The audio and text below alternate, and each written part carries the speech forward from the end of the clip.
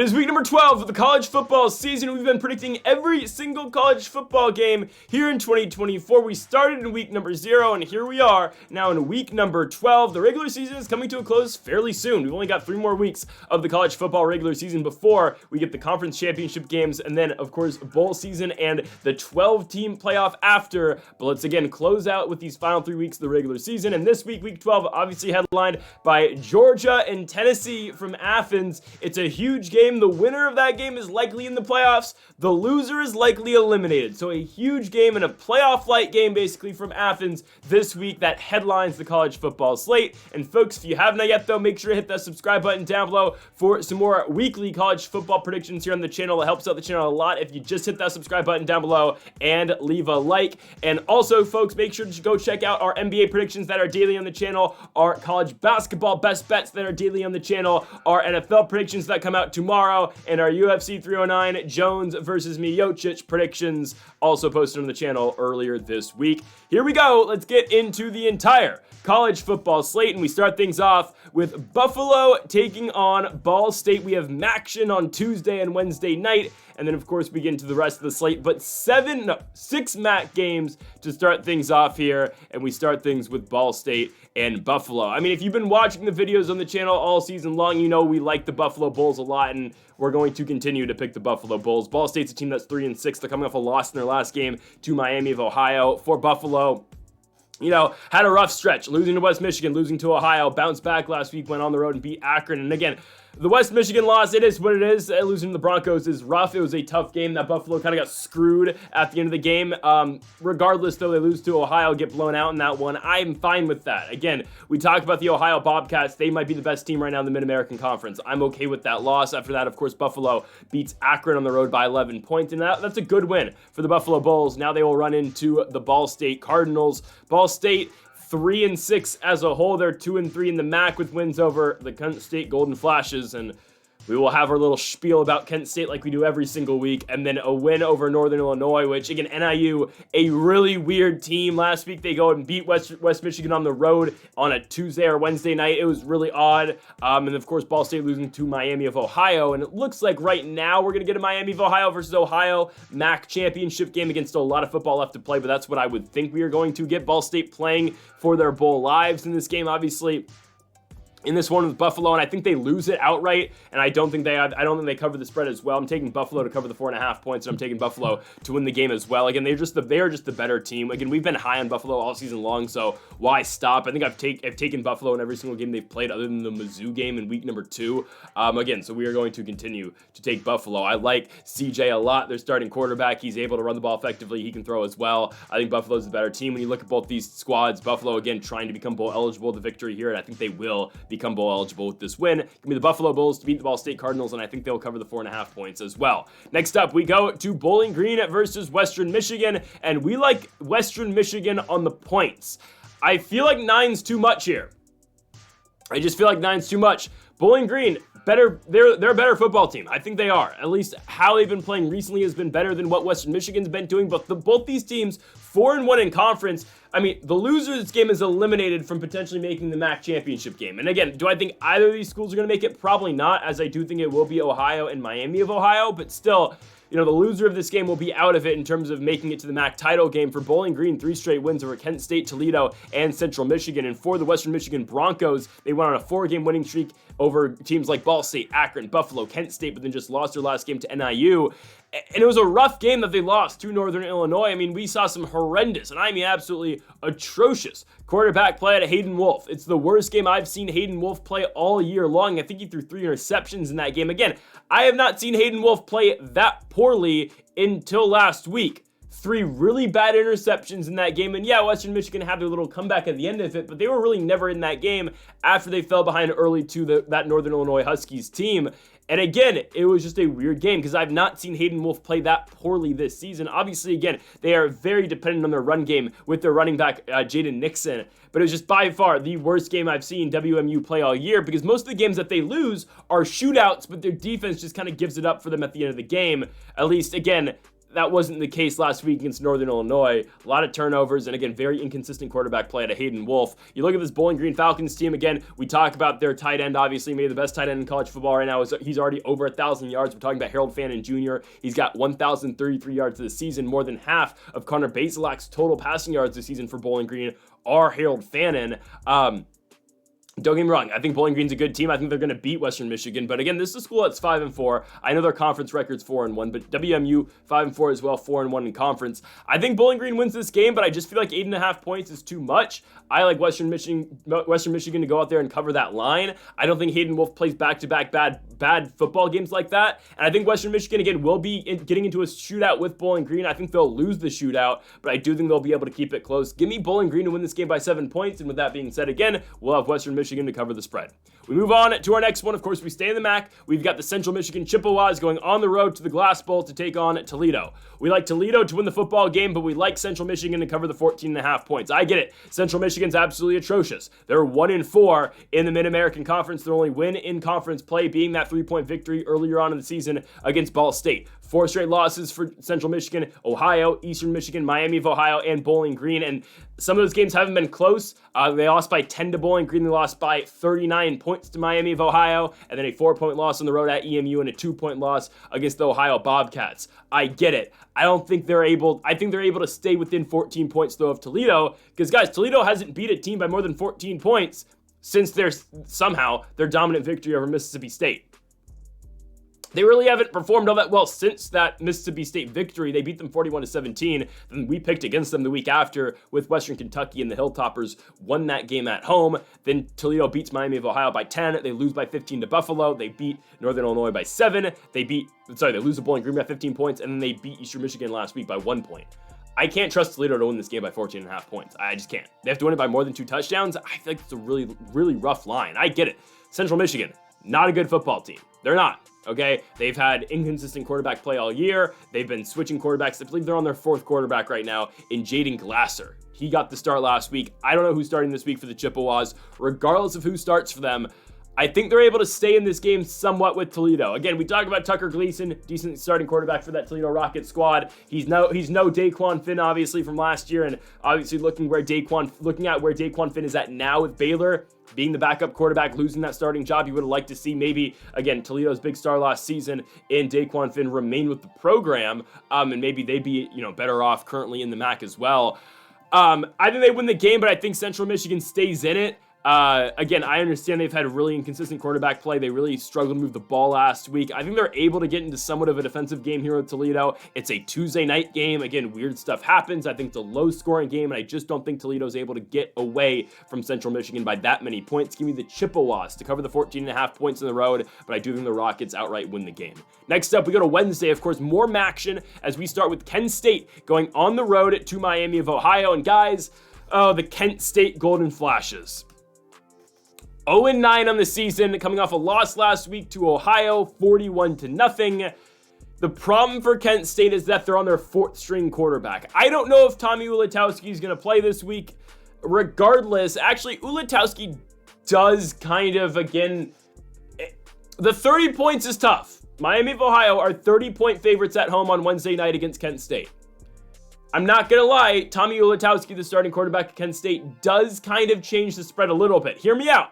It's not like Ulatowski's some superstar, but Ulatowski can keep them somewhat competitive in football games, at least competitive to the point where they're not losing by more than 30 points.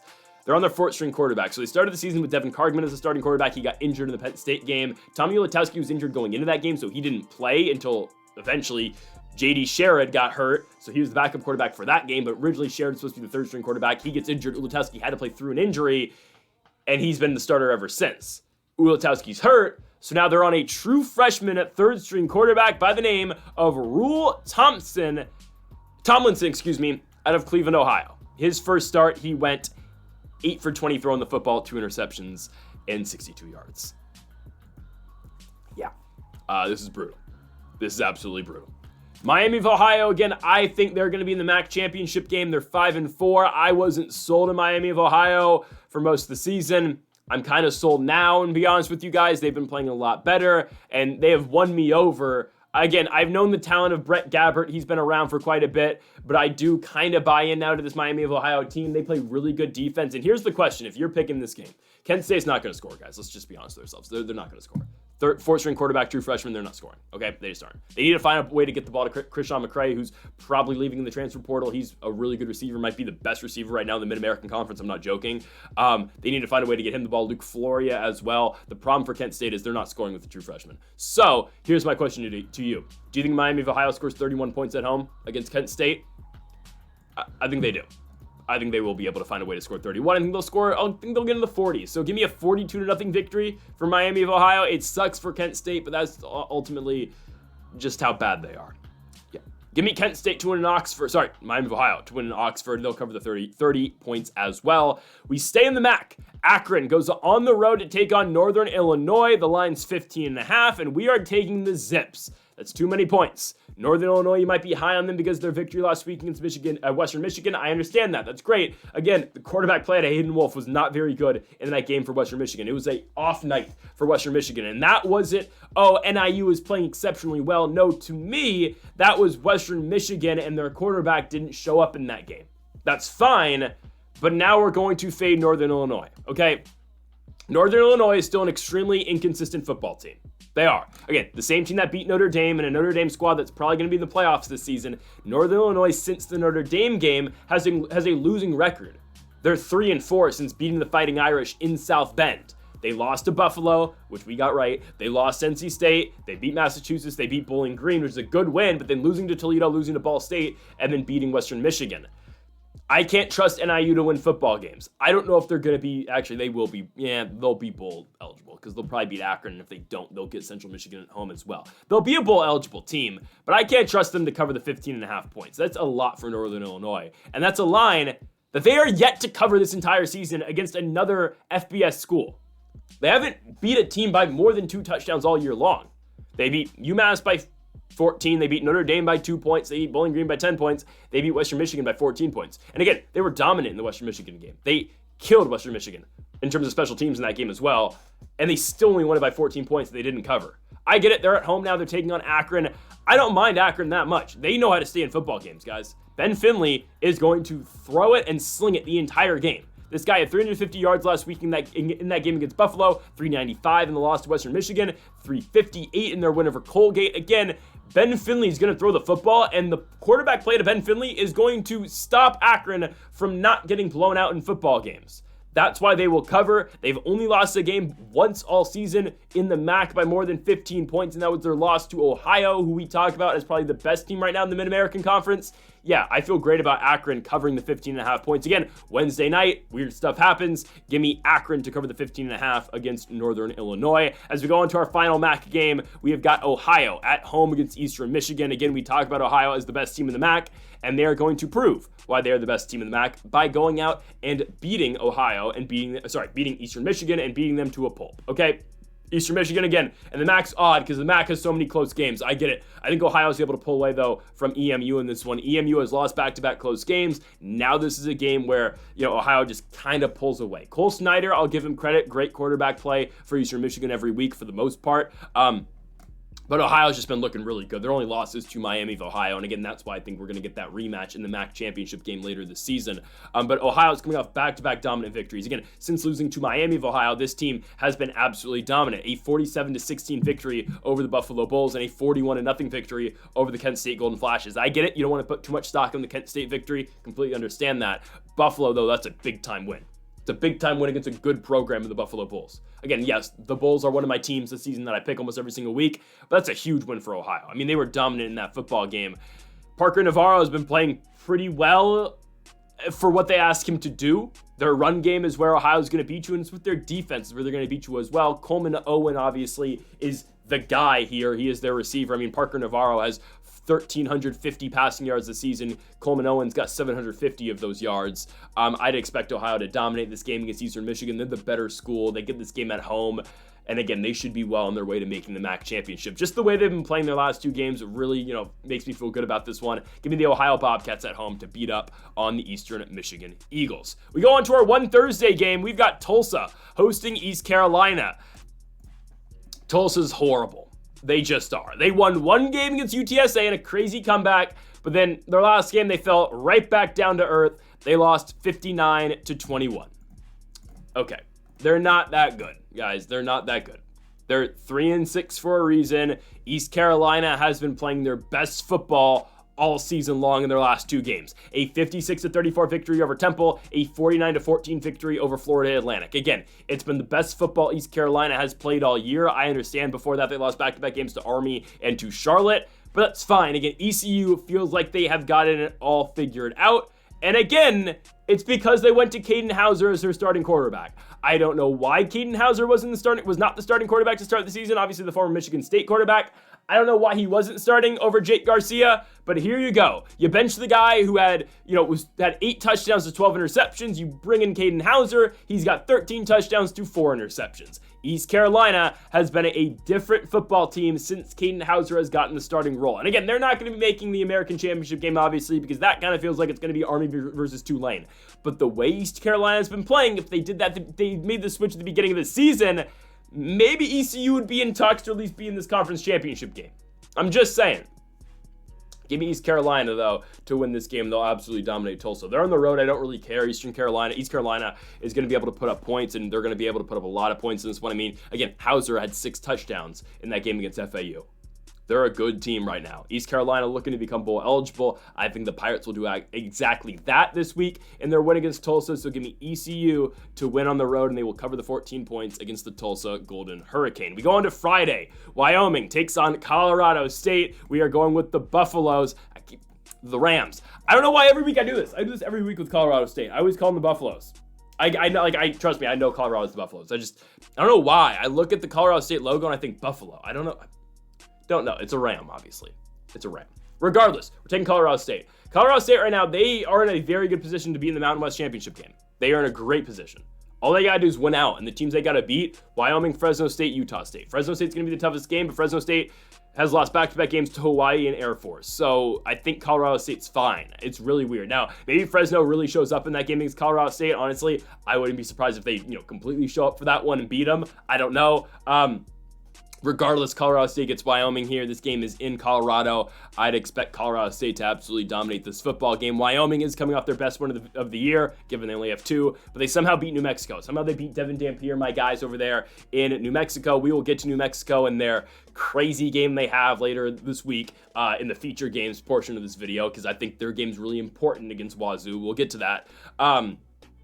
But Wyoming's 2-7. They are not going to replicate what they did last week on the road, 2 weeks on the road when they beat New Mexico. They had a once-in-a-lifetime performance, at least this season, for Wyoming. That's the game that they're going to tip their cap on for the rest of the year, because now they got to play Colorado State, Boise State, and Wazoo to finish out the year. Yeah, Wyoming's in trouble. Again, they went out and beat New Mexico. I will give credit to where credit is due. In winning that football game, Caden Anderson has been a good switch to quarterback, at least for the Wyoming Cowboys. Colorado State, though, is on a huge winning streak. They've won 4 games in a row. Their only losses this season are Texas, Colorado, and then Oregon State. They've won 4 in a row since then, beating San Jose State, beating Air Force, beating New Mexico, beating Nevada. I would expect Colorado State to go out there and win this football game and cover the 10 points as well. They run the ball exceptionally well. They play great defense. And, of course, their quarterback, Braden Fowler, Nicolosi, does everything they ask him to do, even though, again, he got clowned by Shedeur Sanders. It is what it is. Give me Colorado State to cover the 10 points and to win the game at home as well on Friday night. Next up, we go to North Texas versus UTSA from the Alamo Dome. We like North Texas as as road favorites in this game. They're coming off 3 straight losses, sure, but UTSA, they're a very off and on team as well. I get it again. North Texas lost 3 games in a row to Memphis, Tulane, and to Army. But they're not playing bad football games in those ones. Again, Army is ranked 18th in the country. They are a Notre Dame win away from making the postseason this season. North Texas's other losses, Memphis, Tulane. I mean, those are the 2 other really good teams in the American Conference as well. Again, we can't put North Texas on that same level as, again, these elite American schools like Army, Tulane, maybe Navy, and Memphis, right? But they're in that next, again, category of teams in the American Conference. They're looking to become bowl eligible with the win in this one at UTSA, and I think they'll get it. I think they will. I think their offense is just better. UTSA, again, they get into a bunch of shootouts as well, and I get it. North Texas put up 3 points against Army. That's fine. Army's got a good defense. I'm not concerned about it. This game has all the makings to be a crazy shootout, though. I mean, you've got two group of 5 quarterbacks that throw the ball exceptionally well. Two guys who, if they enter the transfer portal this season, will be coveted prizes in the portal as well. I'm talking about Chandler Morris for North Texas, and I'm talking about Owen McCown for UTSA. I mean, both these guys, McCown, 20 touchdowns, 4 interceptions, 2,300 yards. North Texas' quarterback, Chandler Morris, 3,100 yards, 26 touchdowns, 10 interceptions. Again, both these guys throw the football at exceptional rates. Both these schools, both these programs throw the ball a lot. I'm taking North Texas to win the football game. This is all the making to be a shootout. I get the game is in the Alamo Bowl. It's in San Antonio, but I do like North Texas to go out here and outscore them is what I'm looking for. Give me the mean green on the road. I'd like North Texas to go out there and beat UTSA. I think they'll cover the spread as well, obviously of 2 points. Give me the mean green to go out there and beat UTSA. Next up, we move to UCLA and Washington. The game is at Husky Stadium in Seattle. We like Washington to win the game at home and cover the points as well. UCLA is playing their best stretch of football all season long, and yes, we have picked against the Bruins a lot. I'm picking against them again. They've won 3 in a row. Very surprisingly, they went to Rutgers and won. They beat Nebraska on the road, and they beat Iowa last week by 3 points, which is by far their best victory all season long. It's really weird. UCLA, the games that they win, they find ways to win the games by 1 score. 3 points against Hawaii, 3 against Rutgers, 7 versus Nebraska, 3 against Iowa. I think that not luck, but I think that momentum comes to a halt this week on the road at Washington. We like the Huskies in this game. I get it. They looked bad last week against Penn State. They lost the game and got blown out. Literally had no production on offense in that game. Will Rogers didn't play that game against Penn State, if I'm not mistaken. Or he did, excuse me. He did play, and he absolutely did nothing. Now, I'll be honest, I was at the Oregon game, so I did not get a chance to watch this UW Penn State game. When I first checked my phone, while I was at the Oregon game, Washington was getting blown out. Rogers did play. He went, 10 for 13 throwing the football, but he had 59 yards. It's just bad. That's bad. Nothing else we can say about that one. They literally had no offense that game. Penn State beat them 35-6, but you look at what Washington was able to do a couple weeks ago to USC. That's an inspiring performance. Jonah Coleman had a big day rushing the football. Will Rogers played decently in that game. Washington's looking to become bowl eligible in this one. I think this is where they will get it, because obviously, again, if they can't win this game against UCLA at home, they're not going on the road and beating Oregon. So they're not going to make a bowl game if they can't win this week. I think they will. I think Washington beats UCLA in this one. You look at what UCLA is doing, and Ethan Garbers has really shown out, and shout out to him. Again, Garbers has stepped up to the plate. TJ Harden has filled into that starting running back role, or officially stepped into that starting running back role for UCLA. He's had a really good back-to-back game performance. But again, Ethan Garbers is running the football exceptionally well. Again, his stats might not be all that impressive, but UCLA doesn't win a lot of their games, at least recently, 3 of them, without Ethan Garbers, and the way Ethan Garbers is able to move out the pocket and just create plays for himself and the rest of the offense. With that being said, I do like Washington to win the football game. Again, you got to look at where Washington is. They got to win this game to make a bowl game this season. I think they'll get it. Again, after getting embarrassed last week against Penn State, I think they win. This is a much better team at home than they are on the road, okay? At Husky Stadium this season, UW is yet to lose. They are 4-0 when they play at home. The Washington State game, it was technically in Seattle, but it was at Lumen Field, is that where the Seahawks play. I'm not counting that one. At home, on campus, Washington's 4-0. They will go to 5-0, and they will beat UCLA here on Friday night. All right, next up, we move on to the Big 12. Houston takes on Arizona. Arizona Wildcats football games, guys, they're so frustrating. They've got all the talent, and they can't put it together. Again, I would have to say the step back from last season is because of the quarterback play of Noah Fafita. It has to be, right? I think it has to be. But my goodness, this is bad. This is a 3-6 football team. They are still favorites in this game. They're getting 1.5. I pick Arizona a lot, and we're gonna pick them again. We're gonna pick them again. They have a guy who might be the first receiver off the draft board in McMillan. He's got 1,050 receiving yards. He doesn't lead the country in receiving yards, though. He is second behind, San Jose State's own Nick Nash. Just saying, the former quarterback for the Spartans keeps on balling. And third, Harold Fannin, the tight end at Bowling Green. Those are the top 3 receivers in college football right now. Trey Harris and then Jack Beck, obviously, are 4 and 5 from Mississippi and Texas Christian, respectfully. I got that right. I'm going to pick Arizona to win this game. I get it. Houston's won back-to-back, Utah and K-State. But we're going to keep digging into this well where we're going to keep, picking Arizona, and hopefully eventually we are finally on the right end of an Arizona victory. Okay? That's where I'm going to put this. I get it. Houston's won 3 of 4. TCU lost to Kansas, beat Utah, beat K-State. But I think Arizona finally gets one. I think. Houston's been better with Zion Chris at quarterback, just primarily of what Zion Chris is able to do in terms of running the football. He's not that great of a passer and doesn't really do it all that much, but what Chris is able to do in terms of the running game really helps out this Houston team. But Arizona's got to win one eventually, right? It's not like this one's not in Tempe, because it's not Arizona State, because you know our saying, ranked teams and good teams go to die in Tempe, Arizona. It just happened in Tucson. I know Houston's not that great of a team, but, Houston's 4 and 5. Arizona's 3 and 6. I'm taking the Wildcats. We're taking Arizona to cover the 1.5 points. I don't love it, but we're going to take it. Give me Arizona to cover. They will win the football game. I would not put money on this. I wouldn't do it. Next up, we go to Chicago at Wrigley Field. Northwestern hosts Ohio State. This is a bludgeoning. 29.5 points. Ohio State wins the game by 40. Now, are they looking ahead to next week? I don't know. I mean, they likely have game day coming next week. It is the biggest game, I'm serious, of the college football season other than Oregon and Ohio State. Ohio State, Indiana next week is the biggest game all year. And hold on. Go watch earlier on in the season who told you Indiana, Ohio State was going to be the biggest game of the year. I'm just saying. I said that like in week 3, week 4.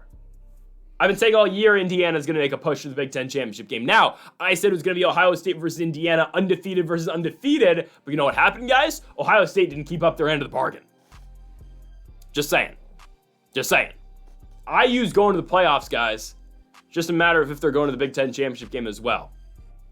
Again, I think the Hoosiers win the national championship right now. Just saying. Regardless.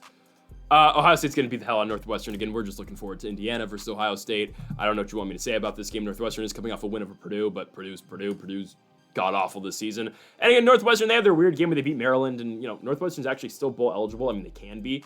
They just got to win 2 of 3. Where do they get them? I don't know. They're going to have to go either to Michigan. Actually, they're going to have to go to Michigan and win. They're going to have to beat Illinois as well. The Illinois game, not outside the realm of possibilities last week of the season. Do they go to the Big House and beat Michigan, though? No. And yes, I'm wearing a Michigan jersey. This is a Tom Brady jersey. But regardless, give me Ohio State to dominate this football game. They're coming off that 45-0 victory over Purdue. I think we see something very similar to that in this game. They're going to completely, this is a BTA game, right? I mean, Ohio State beats the hell out of Northwestern. It's not a competitive football game. Give me the Buckeyes to win, and they'll cover the 29.5 points as well. Next up, we move on to Pitt versus Clemson. Now, again, if both these teams didn't have the last 2 weeks that they had, this would be a game that would be definitely a feature game. Now, it's just like, it doesn't really matter. I'm going to be honest. This game doesn't matter. Well, it does, but in terms of, in contention for the ACC championship game, it just doesn't matter anymore. I think Clemson wins. Okay, we are taking Pitt on the plus 10 because I don't think Clemson's able to get away from them by that many points. But I do think the Clemson Tigers win this football game. Okay, I think they will win. Eli Holstein's out. Nate Yarnell came in and didn't really play all that well. Eli Holstein got, targeting called on him. Obviously he was on the receiving end of the targeting call against Virginia, went out for the game, and Nate Yarnell came in. They mounted somewhat of a comeback. They scored a touchdown, just couldn't get that last drive going. They couldn't get the 2-point conversion. Then their defense gave up a field goal, down by 5 at the end of the game. Nate Yarnell could not drive them down the field. They did not win the football game. They struggled to get Desmond Reed the ball in terms, they have recently. Last week, though, actually, they tried everything they could to get Desmond Reed the ball. He had 123 all-purpose yards. He led their team in both receiving and rushing. Again, Holstein is this team's identity, and I feel like, again, they are going to kind of just dwindle down as the season goes on. Guys, the SMU loss for Pittsburgh was absolutely atrocious. And it's a damning loss because that's kind of what's going to dictate the rest of their season, unfortunately. I'm serious. It's rough, but that's kind of where I think Pitt's going to continuously kind of fall off as the season moves on, is because of that big loss on the road at Southern Methodist. It's hard to recover from that. It really is. They were 7-0. They were in the top 15. They get blown out against SMU, and then they just lose at home against Virginia. It's rough. Their defense is still good, but I don't think they're able to beat Clemson in this game. I think their defense keeps them within the line, but beating Clemson's a whole nother thing. Again, I know they lost that game to Louisville. They came back last week, won at VTech. Great for them. Maffa had 128 yards on the ground. Cade Klubnik had a decent game, but again, Clemson did what they needed to do. They'll get a game next week against the Citadel. They are done with ACC play. Will they make the ACC championship game? I don't think so, because I don't think they have the tiebreaker at all against Miami, so it'll probably still be Miami SMU. But Clemson will probably move into the bowl season 10-2. They'll probably get a decent bowl game, but obviously no postseason for Clemson. But a huge game that they can get this week against the formerly ranked squad in Pittsburgh. I think they'll get it. Give me Clemson to win, but give me Pitt to cover the 10. Their defense, again, keeps them in this football game. Next up, we go to Massachusetts. We've got UMass taking on Liberty. I'm not picking Liberty to cover anything right now. I get it. They just beat Middle Tennessee State. Great. Middle Tennessee State is not very good. So we are now going to pick UMass to cover 14 points against them. Why? I feel pretty good about UMass right now, considering their last game 2 weeks ago where they played Mississippi State. Again, they were winning that game in the first half against the Bulldogs. They ended up losing it by 25 points, which is what it is. But again, they went to Oxford, they went to an SEC school and stayed somewhat competitive in the first 3 quarters of that football game. I get it, UMass has been playing bad football this season. They're 2-7. Their only wins are 2 FCS schools, Central Connecticut and Wagner. I'm not saying they're going to beat Liberty, but I think they stay within the 14 points in this game. Okay, they lost to Northern Illinois by 14, Miami of Ohio by 3, Toledo by 15, Eastern Michigan by 14. Okay, if they're just able to kind of stay competitive in this football game, I think they'll be fine. Massachusetts puts up points. And again, Liberty with the back-to-back losses to Kennesaw State and Jacksonville State. I understand they went on the road and beat Middle Tennessee. Good for Caden Salter and the guys. But I can't trust Liberty with any spread right now. They're 6-2. They only get 11 games this season. Again, they are going to be a bowl-eligible team, but I really can't trust this team to cover against anybody. And next week, they have a huge game against Western Kentucky. My opinion, the best team in the CUSA this season, and I don't think it's going to go all that well for them. I think Liberty wins the football game. I definitely think they do, but can they beat UMass by more than 14? Again, it's capable. Yeah, they're capable of doing that 100%. But Liberty is just a rough team to pick right now. They just are. They're an inconsistent football team.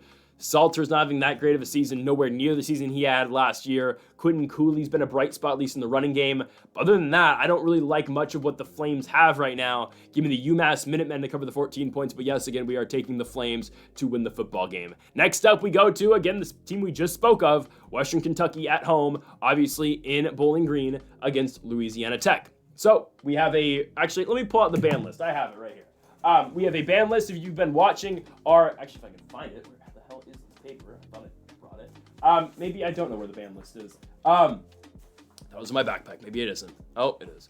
We have a band list. If you're watching our college basketball, I completely screwed this up. Wow. I threw this in my backpack underneath my laptop and it got absolutely destroyed and ruined. But I'll rewrite it. We have a band list. If you watch your college basketball predictions, you watch our NBA predictions, which I highly suggest you do. We have teams we refuse to bet on now.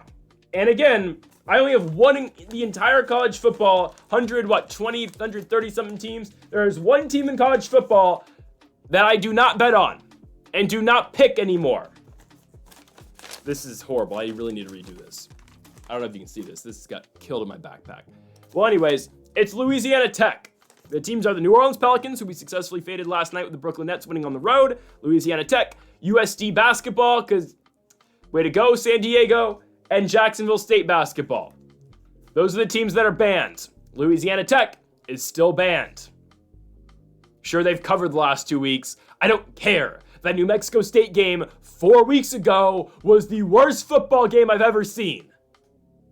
Western Kentucky absolutely dominates. We love the Hilltoppers here. I've picked the Hilltoppers. I'm not joking. In every single game they've played this season to cover, even in the Alabama loss, we have picked WKU every single week. Caden Veltkamp has been playing lights out this season. They will dominate La Tech, and the game will not be close. Give me the Hilltoppers to dominate. They're the much better football team, and they will cover by more than 14 as well. We move on to Navy and Tulane. It's weird how things have kind of just, worked out for Navy. I mean, this is a school at one point in this season, we were talking about Navy versus Army in back-to-back weeks. Once, of course, in the American Championship game and the other in the Army-Navy game. And now Navy still only one loss in conference, but man, the Rice loss absolutely hurts this team. They bounced back last week and beat USF, but now they run into maybe the team that's playing the best right now in the American Conference other than the Army Black Knights. I'm, of course, talking about the Tulane Green Wave. They're 6-0 in conference, 8-2 this season. Their only losses being against K-State and on the road at Oklahoma. But still, for Tulane, that's fine. They've won 7 games since against Louisiana, against USF, 70 points on UAB on the road. They beat Rice, they beat North Texas, they beat Charlotte, and they beat Temple. Their last 2 opponents have combined for 9 points. That's big time. Tulane puts up points every single week, and I think they're going to be able to get away from Navy. Again, Navy's coming off a victory. The Rice loss really sucks. It hurts them. Obviously, they're not going to be in the championship game this season. Blake Horvath's play has kind of dwindled since the Notre Dame loss, unfortunately. I mean, Horvath was a guy who was right there with Bryson Daly in terms of, standout player, maybe the best player in the American Conference this season. It's now definitely Bryson Daly, but still, Navy, they're going bowling this season, but they've got 3 really tough games to close out their year. Tulane, East Carolina, who we're talking about, who's balling out right now with Caden Hauser. They have to go to ECU for that game. And, of course, the Army-Navy game.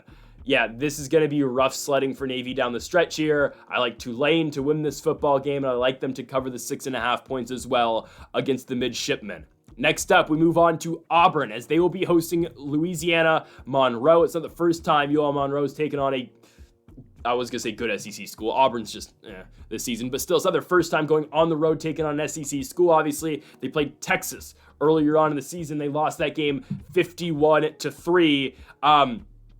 UL Monroe went on their little streak where they won 3 games in a row. I was somewhat high on UL Monroe. I mean, we were looking at them at one point, again, 3-0 in conference. We thought, hey, maybe this team can make the Sun Belt Championship game. We thought there was a chance that the Sun Belt Championship game, at least for the western side of the conference, was going to come down to UL Monroe and Louisiana in the final week of the season. Again, they have lost 3 straight games, but why wouldn't we be high on this team? They beat James Madison, and they lost then to Southern Alabama, then Marshall, and now to Texas State. And you know what? We're picking UL Monroe again. I think they cover this line on the road at Auburn. 24 points is a lot. Auburn, can they beat anybody by 24 points? Yeah, they did against New Mexico earlier this season, but Auburn's been really bad recently. Yeah, they beat Kentucky, which is a good win for them, but I don't know, losing to Vandy, they lost to Oklahoma, lost to Arkansas. I just think UL Monroe is able to stay somewhat in this game. Don't get me wrong, there's no doubt in my mind that the Auburn Tigers don't straight up win the game, but 24 points is a lot. I think UL Monroe is able to stay competitive in this one. Aiden Armetta has just been okay, but again, it's Ahmed Hardy in the rushing game that's going to keep UL Monroe somewhat competitive in this one. Give me the Warhawks to not get blown out. What a pick. I think they'll stay in the football game, and I think they will lose by less than 24 points. Auburn wins, but the Warhawks from UL Monroe, Louisiana Monroe, cover the spread. Next up, we go on to Marshall versus Coastal Carolina from Huntington, West Virginia, and we like Marshall to cover the 8.5 points. This is one of the best teams in the Sun Belt, at least in the Sun Belt East. Obviously, it's them and Georgia Southern, and in the entire Sun Belt, again, it's Georgia Southern, Marshall, and then the Ragin' Cajuns from Louisiana. But Marshall's been playing good football this season. They have won 3 in a row. The only loss in conference play is to Georgia Southern, which again does give Georgia Southern, a straight path to the Sun Belt Championship. But again, for Marshall, 3 straight wins over Georgia State, UL Monroe, and Southern Miss. They've been playing great football recently. Marshall has been, dominating these schools. Again, the quarterback change to Braylon Braxton has proved to be all right. I was just, on the fence again with the move, but Braylon Braxton does really open up this offense a lot more than what Stone Earl was doing. Of course, Braxton has shown the capability of throwing the ball just as well as Stone Earl has, and with the rushing game as well, Braylon Braxton's been excellent. You look at Coastal Carolina, a team that's finally won their first game after a month of losing. They just beat App State by 14 points, but Appalachian State this year is absolutely atrocious. I don't put much in that football game. Ethan Vasco had a decent game against App State, but nothing the Chanticleers do really blows me away. I like Marshall more in this football game. I think they are the better team. Again, you look at what they're able to do in the running game with both Braylon Braxton and their lead back in A.J. Turner. And again, Braxton's been playing well throwing the football as well. I like this Marshall team more. They're on a 3-game winning streak. And again, their only loss in conference play this season is to Georgia Southern, a game that they lost by 1 point. And that was a game where Stone Earl was playing and not Braylon Braxton. They have not lost a game that Braxton has started this season. They are 5-0 with Braxton. And I think they go out there and beat the Coastal Carolina Chanticleers, and I think they cover the 8.5 points as well. Next up, we go to FIU versus Jacksonville State. If you're thinking, oh, where's Murray State versus Kentucky and where's Mercer versus Alabama? Guys, I'm not picking those FCS games. Again, you can flip a coin on if these teams are going to cover the 56.5 points. Kentucky's going to beat Murray State. Alabama's going to beat Mercer. I do want to point something out real quick.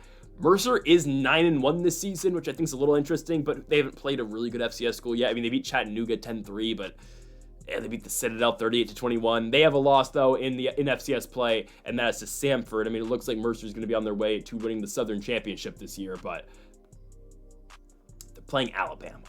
Okay.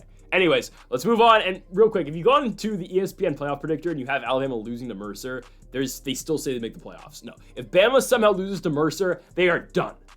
They're not losing to Mercer, though. Okay, let's go on now to Jacksonville State versus Florida International. We like the Gamecocks in this one. Guys, the Gamecocks are the better football team, right? They are undefeated in CUSA play this year. They're 5-0, and again, it is setting up for a huge matchup between them and Western Kentucky in the CUSA Championship. Both of them are 5-0. They will play the last week of the season, and they will likely play each other twice in back-to-back weeks again with that week, 14 game, and then the CUSA Championship game the week after.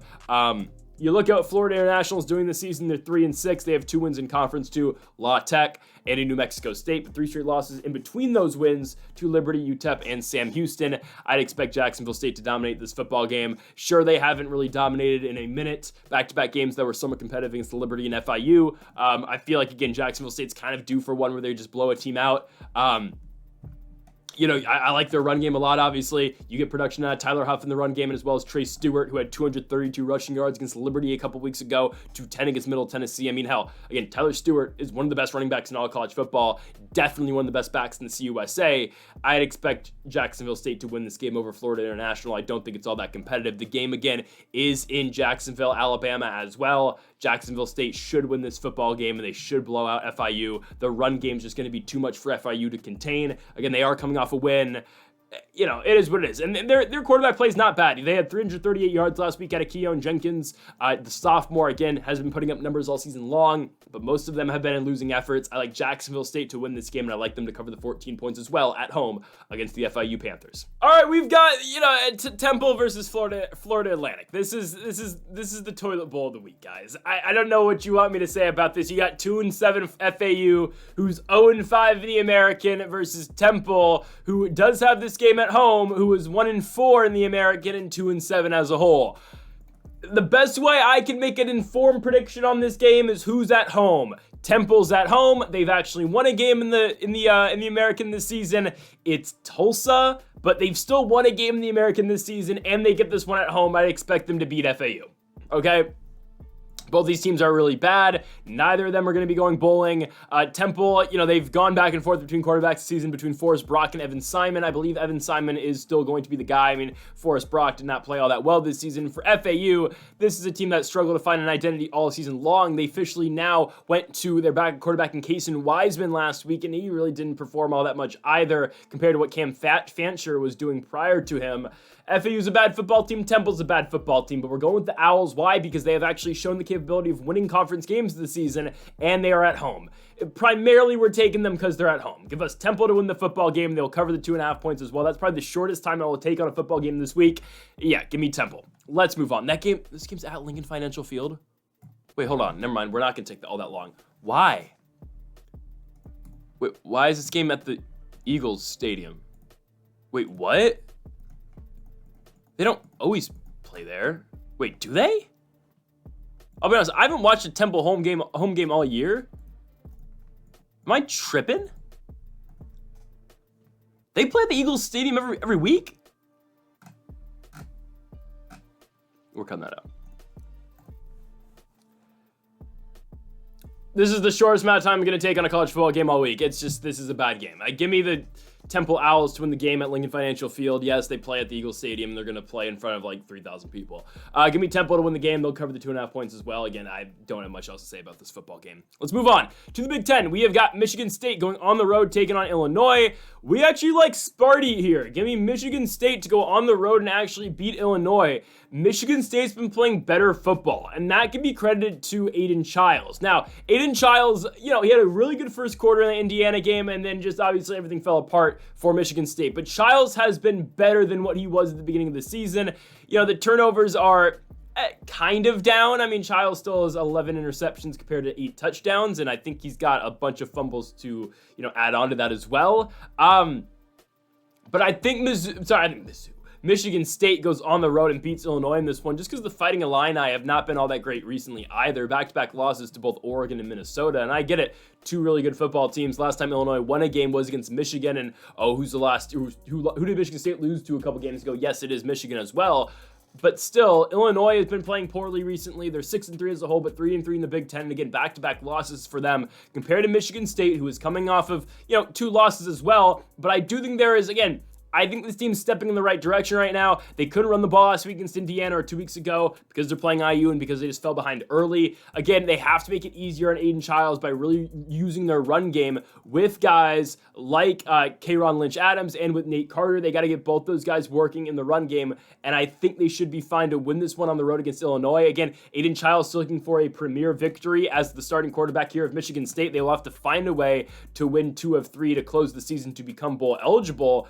And it's definitely possible. They can win this week. They could win Purdue right after. They could become bowl eligible. I think the Spartans go on the road and beat Illinois in this game.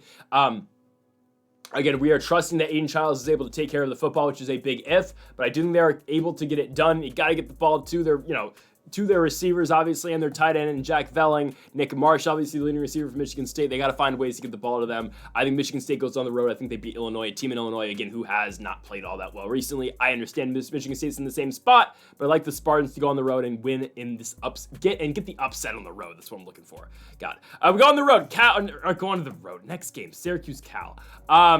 Give me Syracuse here to cover the 8.5 points. I get it. Cal's won back-to-back games. They're looking to become bowl eligible. Well, they'll get that next week when they play Stanford.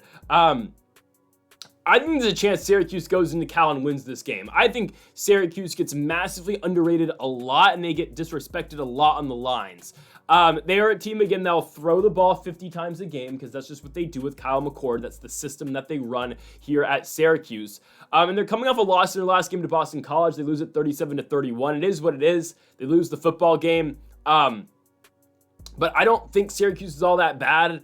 Again, the Stanford loss at the beginning of the season sucks. But Kyle McCord, you know what he's going to do? He's going to produce. And again, like Aiden Childs, not to the same extent because Kyle McCord doesn't turn the ball over nearly as much as Aiden Childs does. Again, the numbers might be a little bit similar with McCord just because, of course, because of the big interception day, obviously, against Stanford. But, as a whole, Kyle McCord's not all that bad, right? 23 touchdowns, 12 interceptions. Again, the interception numbers, yes, he does have more than what Aiden Childs has this season. But I do expect Syracuse to go on the road and stay competitive with this Cal team. Again, the way Syracuse plays is, that high passing approach to playing. I just don't feel like Cal can get away from them by that many points. And I have picked against Cal a lot this season, I'm not going to lie. I picked against them in their last 2 games and didn't work out well for us. They went in their 4-game losing streak where they lost to Florida State, lost to Miami, lost to Pitt, lost to NC State where their kicker, lost them 3 of those games. They come back home against the Syracuse squad, and I get it, travel's rough. Again, Syracuse going all the way from New York to take on Cal. But guys, Cal is just coming off their first victory in the ACC ever last week against Wake Forest on the road. Their other win obviously over a Power 5-4 team is Oregon State, but Oregon State has really fallen off as the season has progressed. I think Kyle McCord and Syracuse wins this football game.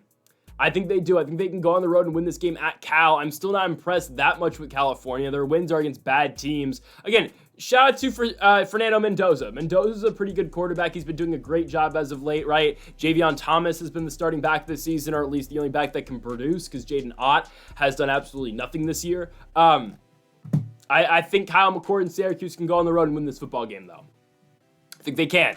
Again, I have faded California a lot this season.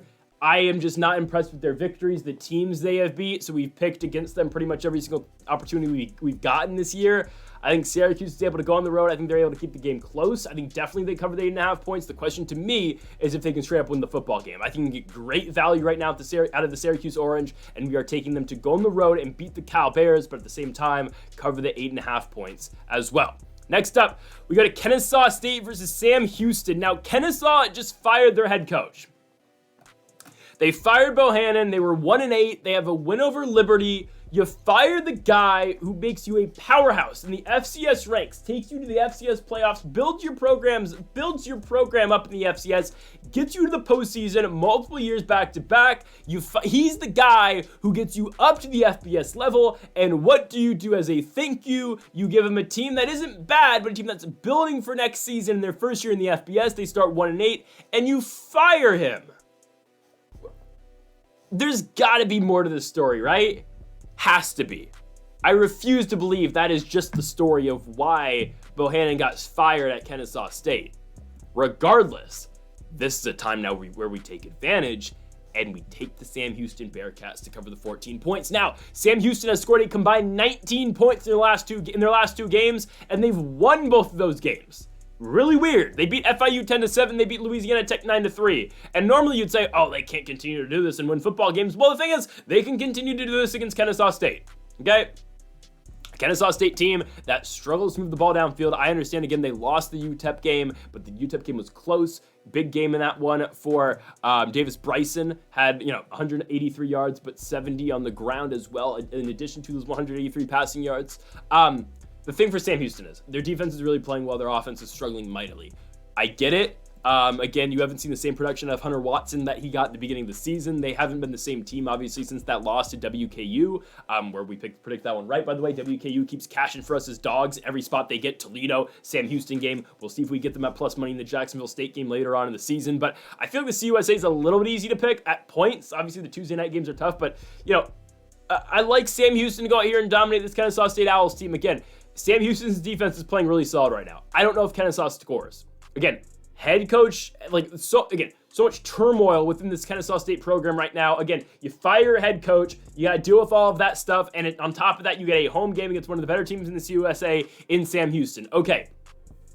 Perfect opportunity for Sam Houston to take advantage. The defense is playing great. So the question I have for you is, can Sam Houston score more than 14 points? If the answer is yes, which it should be, again, I understand they haven't scored more than 10 in the last 2 weeks, but still, if they're able to score 14 points, at the very worst we push, they will beat Kennesaw State, and they will cover this line as well. Sam Houston's not going to put up 3 straight stinkers on offense, trust me, and their defense is going to play well enough to the point where Kennesaw is not going to score the entire game. They're going to pitch a shutout, and then Sam Houston's offense will just do just enough to help us cover the spread, giving the Sam Houston Bearcats to win this game and cover the 14 points as well. Next up, we go on to the Mountain West. We've got Hawaii going on the road to Utah State, and we like Hawaii to win this football game. Guys, Hawaii has been playing their best football, and now they got to win back-to-back games to make a bowl game. Now, they play UNM, they play, my guys over there in the New Mexico Lobos, obviously with Devin Dampier. We'll get to them later. Again, I've been talking up UNM a lot today, which maybe will lead you to my prediction on UNM later in the video. But regardless,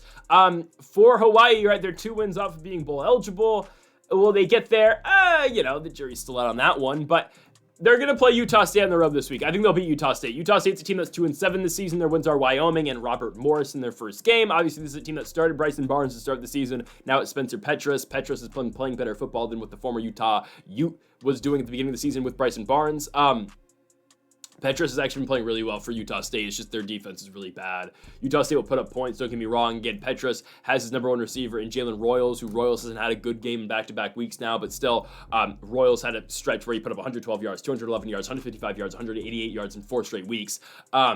I think Hawaii, though, is able to go on the road and beat this Utah State squad. Again, Braden Schrager is playing great football. Again, he's able to do it on the ground. He's able to do it with his throw, with his passing as well. Schrager keeps them in a lot of football games, and he's the reason of this, quick turnaround, or not too quick, but this turnaround for Hawaii. How they started Mountain West play this year 0-3, losing to SDSU, Boise. I forget Washington State's not in the Mountain West, but still losing Washington State as well.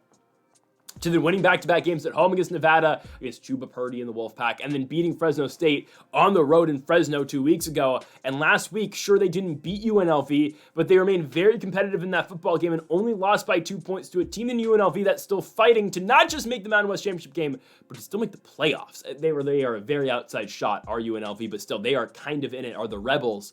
I like Hawaii to beat Utah State in this game again. The Rainbow Warriors have shown the capability of going on the road in the Mountain West and winning this season. Hell, they did it at Fresno, a very good team. They should be able to do it as well against Utah State. This should be a high-scoring affair, don't get me wrong. Both these teams know how to put the ball in the end zone, but I think Hawaii is going to get the best of it, giving the Rainbow Warriors to go to Logan, Utah, and cover the 2.5 points on the road. Next up, we go to the Big Ten, Penn State versus Purdue. Absolute mismatch. Purdue's awful. They just are. They are the worst team, I think, in the Big Ten. I think that goes without saying. Their only win this entire season is an Indiana State victory over the Sycamores in week number 1. They won the game 49-0. They have not won a game since. They've been competitive in 2 games. The Illinois lost 50-49, and the Northwestern lost 26-20. Other than that, Purdue has not been competitive in a football game the entire season. They are 0-6 in the Big Ten. They are by far the worst team in the Big Ten. And now you match them up against Penn State, who's ranked number 6 in the country. Now, Penn State should not be ranked number 6 in the country, though. That's ridiculous, okay? We'll see where the CFP rankings move them to. Obviously, those are going to be released today as of this video. But obviously, I'm recording this on Monday night, or I guess early Monday morning now. Or it's Tuesday morning, excuse me. I don't think Penn State should be ranked number 5 or number 6, wherever they are. They shouldn't be ranked ahead of Indiana. That's ridiculous. I guess they're ranked number 4 now. They should not be above IU. That's so stupid. It's really dumb. IU's 10-0. I don't care the teams they play. Penn State, who has Penn State beat? They beat, they beat West Virginia. Oh, they went to Morgantown and won. They beat Illinois. Come on. I get they just beat Washington by 29 points, and that's why they're going to blow out Purdue in this game. This game's not going to be competitive. I just think Indiana's a better team. It's going to be really stupid, guys, if Penn State makes the playoffs off of an Ohio State loss and Indiana doesn't make the playoffs off an Ohio State loss. I'm getting a little scared, I'm not going to lie. I still have full confidence in the Hoosiers next week going to Columbus and winning. We will have a 20-minute segment next week dedicated to the game of the year that I've been hyping up for weeks now, Indiana versus Ohio State. But again, it's just in the back of my mind, what if IU loses? Are they going to screw them out the playoffs? I don't know. I'm getting scared. An 11-1 Indiana team might not make the playoffs. Regardless, we don't have to care about that, because Indiana's going 13-0 in the regular season, including the Big Ten championship game, and they're getting the number 1 seed in the postseason. Anyways, Penn State dominates Purdue. Okay, line is what, 29? 28.5. Yeah, they're going to win the game by at least 5 touchdowns. Purdue, they struggle to score against everybody. Hudson Card is back in the starting lineup for them. That's fine. They're going to, it's fine. The move from Ryan Brown back to Hudson Card, I'm okay with it, but they struggle to score against anybody. So why are they going to score against Penn State? And how are they going to score against Penn State? Exactly. They're not. Give me the Nittany Lions to win. They will cover the 28.5 points as well. As we go on to South Bend, Indiana, we've got Notre Dame, who's just waltzing their way into the postseason against Virginia. I mean, Notre Dame, again, their best win this season is Louisville, and it's a good win, and the A&M win too is good, but just, man, they are waltzing their way to the postseason. They get Army next week. Huge game. Absolutely huge game. But it's just, again, this is the problem with Notre Dame. And again, credit to them. They're finding ways to get it done. But the thing about Notre Dame is, guys, in this 12-team playoff format, Notre Dame, they don't play the hardest schedule. I get it. They play some decent teams, Louisville and A&M, Army. But they don't have to go through a conference schedule every year. And I get it. They can't get a bye. But they will kind of just always, I think, find themselves somehow in the playoffs every year. I don't know. Because they can slip up once and be fine. If they go 11-1, they're probably a playoff team every single season. We'll see what happens with them in Army next week. I don't think they beat Virginia by more than 23 points. Virginia played better football last week at Pitt. They went on the road to Pittsburgh and beat them by 5 points. I get it. The Eli Holstein injury, was it a dirty hit on Holstein? Yeah, probably, but still. You look at what Notre Dame has. Again, they're undefeated since the NIU loss. They just blew out Florida State 52-3. They beat Navy 51-14. I feel like 23 though against Virginia is just too much. This is a Virginia team that's playing their best football right now. Don't get me wrong. I think Notre Dame probably wins this game by 3 touchdowns, but 23 again, we need more than that. I think Virginia will cover this game. They looked good in the Pittsburgh game, obviously. Their offense struggled at points, but Calandria made all the necessary plays at the right times. I mean, don't forget, Anthony Calandria is just a sophomore. He's going to continue to develop for this Virginia team. And it was the Virginia defense that was really impressive. That's how I think they covered this 23 points. They just don't allow Notre Dame to score all that much. I think Notre Dame maybe scores like 28 points in this game, and Virginia probably scores like 10. I think if Virginia's best chance to, keep this game competitive and cover for us is if their defense steps up, and that's what I'm expecting them to do. So it could be the Virginia Cavaliers to cover this line against the Notre Dame Fighting Irish. I think, again, 23 is too much. I think it's a 28-10 game because of the Virginia defense. I think they lose the game by 18 points, which, again, I'm not denying that Notre Dame's not going to win the football game. They will do that easily. It's just Virginia's going to stay in it and cover the spread for us, so we're going to take Virginia plus 23 on the road at South Bend, Indiana. All right, we move on to Stanford versus Louisville. Louisville's getting 20 and a half points here on the road in Palo Alto or Stanford, California, and I expect them to cover that spread. Stanford is an abysmal football team. They are horrible. They can't make up their mind on who they want the starting quarterback to be. Is it Ashton Daniels? Is it Justin Lamson? Is it Elijah Brown? They can't make up their mind. It should be Ashton Daniels, but I don't know. They're going Lamson right now. It doesn't matter. Louisville dominates this football team, and it's not competitive. Again, Stanford is bottom of the barrel in the ACC. I would have liked to see them play Florida State at some point this season because I think it would have been interesting. I really think it would have to see these two horrible ACC schools go at it. Stanford has yet to win a game in the ACC other than their opener against Syracuse, which still makes zero sense. Lost to Clemson, lost to VTech, lost to Notre Dame, lost to Southern Methodist, lost to Wake Forest, lost to NC State on the road, and got blown out in that game. It was a combination of both Lamson and Daniels, how Daniels led their team in rushing yards, and then obviously Lamson led their team in passing yards. It was a really odd game. It really was. Regardless, they got blown out. Louisville is coming into this one. Obviously, they are ranked. They're coming off 2 back-to-back huge wins over Boston College and Miami. Tyler Shaw is old. He is. We've talked about it many times on the channel. Tyler Shaw, again, I think I was like in middle school when Tyler Shaw was at Texas Tech. It feels like. I don't know how long it's really been. But he was in this. I remember someone in the comment section a couple weeks ago or last week said that he was in the same recruiting class as Joe Milton. So, again, it's been that long since Tyler Shaw has been playing college football. Louisville, though, is the much better football team here. Isaac Brown's been running the ball really well. Ja'Cory Brooks, obviously, is Shaw's number one receiver, if I can get that out, as well. And Stanford just plays bad football, guys. Louisville's the much better football team. Obviously, they went to Clemson and picked up the huge upset victory. If they didn't lose to Miami, I know it's a big if, but if they could have beat Miami or they could have beat SMU, the two teams that will likely be in the ACC championship game, Tyler Shaw and Louisville would be in a position to be in the ACC championship game. Again, they probably won't be there because their losses are Miami and SMU. They will need a lot of help, actually. They'll need 2 losses out of either SMU or Miami, so they're probably not getting in, but still, Louisville, again, it's been a decent season for Louisville. Back-to-back wins over BC and the huge win over Clemson where they just dominated on the ground in that one.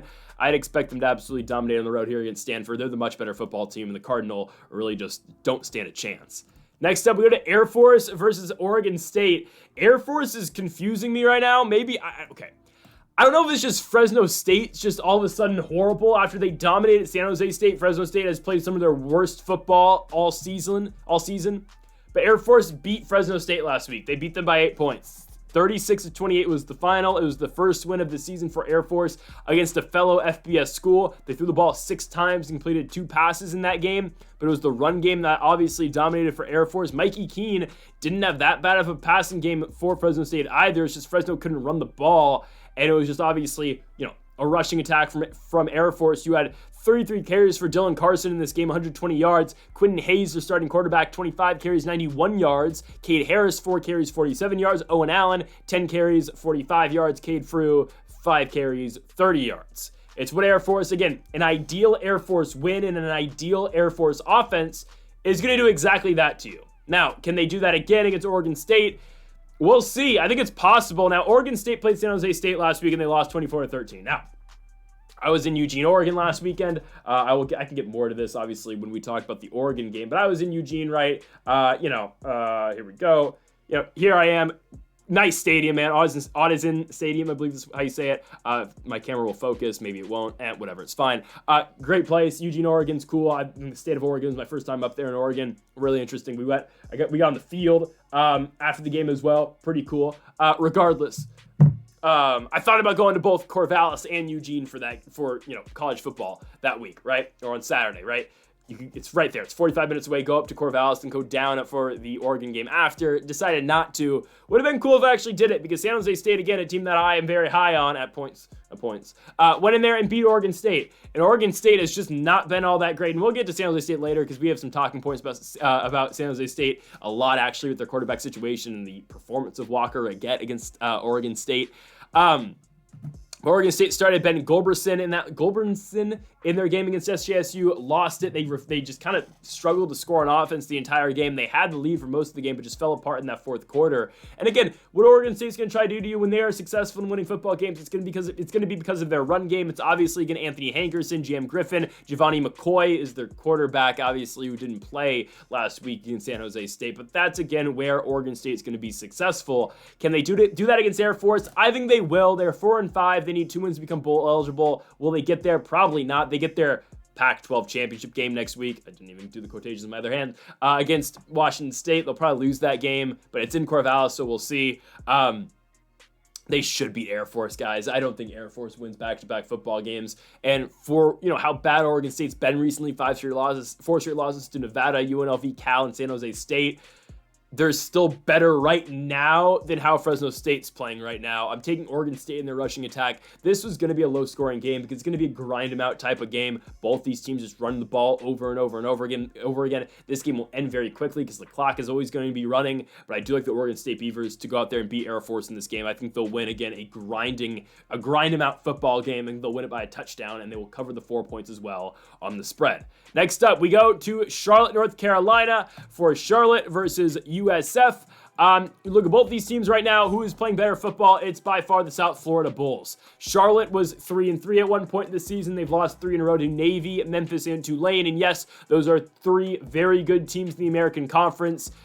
Regardless of that, though, Charlotte's still not that good of a team. They beat East Carolina before the Pirates made the switch to Caden Hauser at quarterback. And yes, that is Charlotte's best win all season long. But other than that, what are their wins? A 1-point victory at Rice and a 1-point victory at home against Gardner-Webb and FCS school. I can't put much into Charlotte right now to win a football game and let alone cover as well. I mean, they're 3-point dogs. I don't trust Charlotte at all. USF's playing better football right now. Sure, they're coming off loss to Navy, but Navy's not that bad of a team. Again, I know they're not the top 25 team that they once were at this point, or once were this season, but Navy's still better than half of these schools in the American Conference. You look at what USF has done in the last 3 weeks: a win over UAB, a win over Florida Atlantic on the road, and a win over Navy. Yes, UAB and Florida Atlantic are bad schools in the American Conference, but it's not like Charlotte's much better either. This game is on the road in North Carolina, and I think USF should be fine to win this game.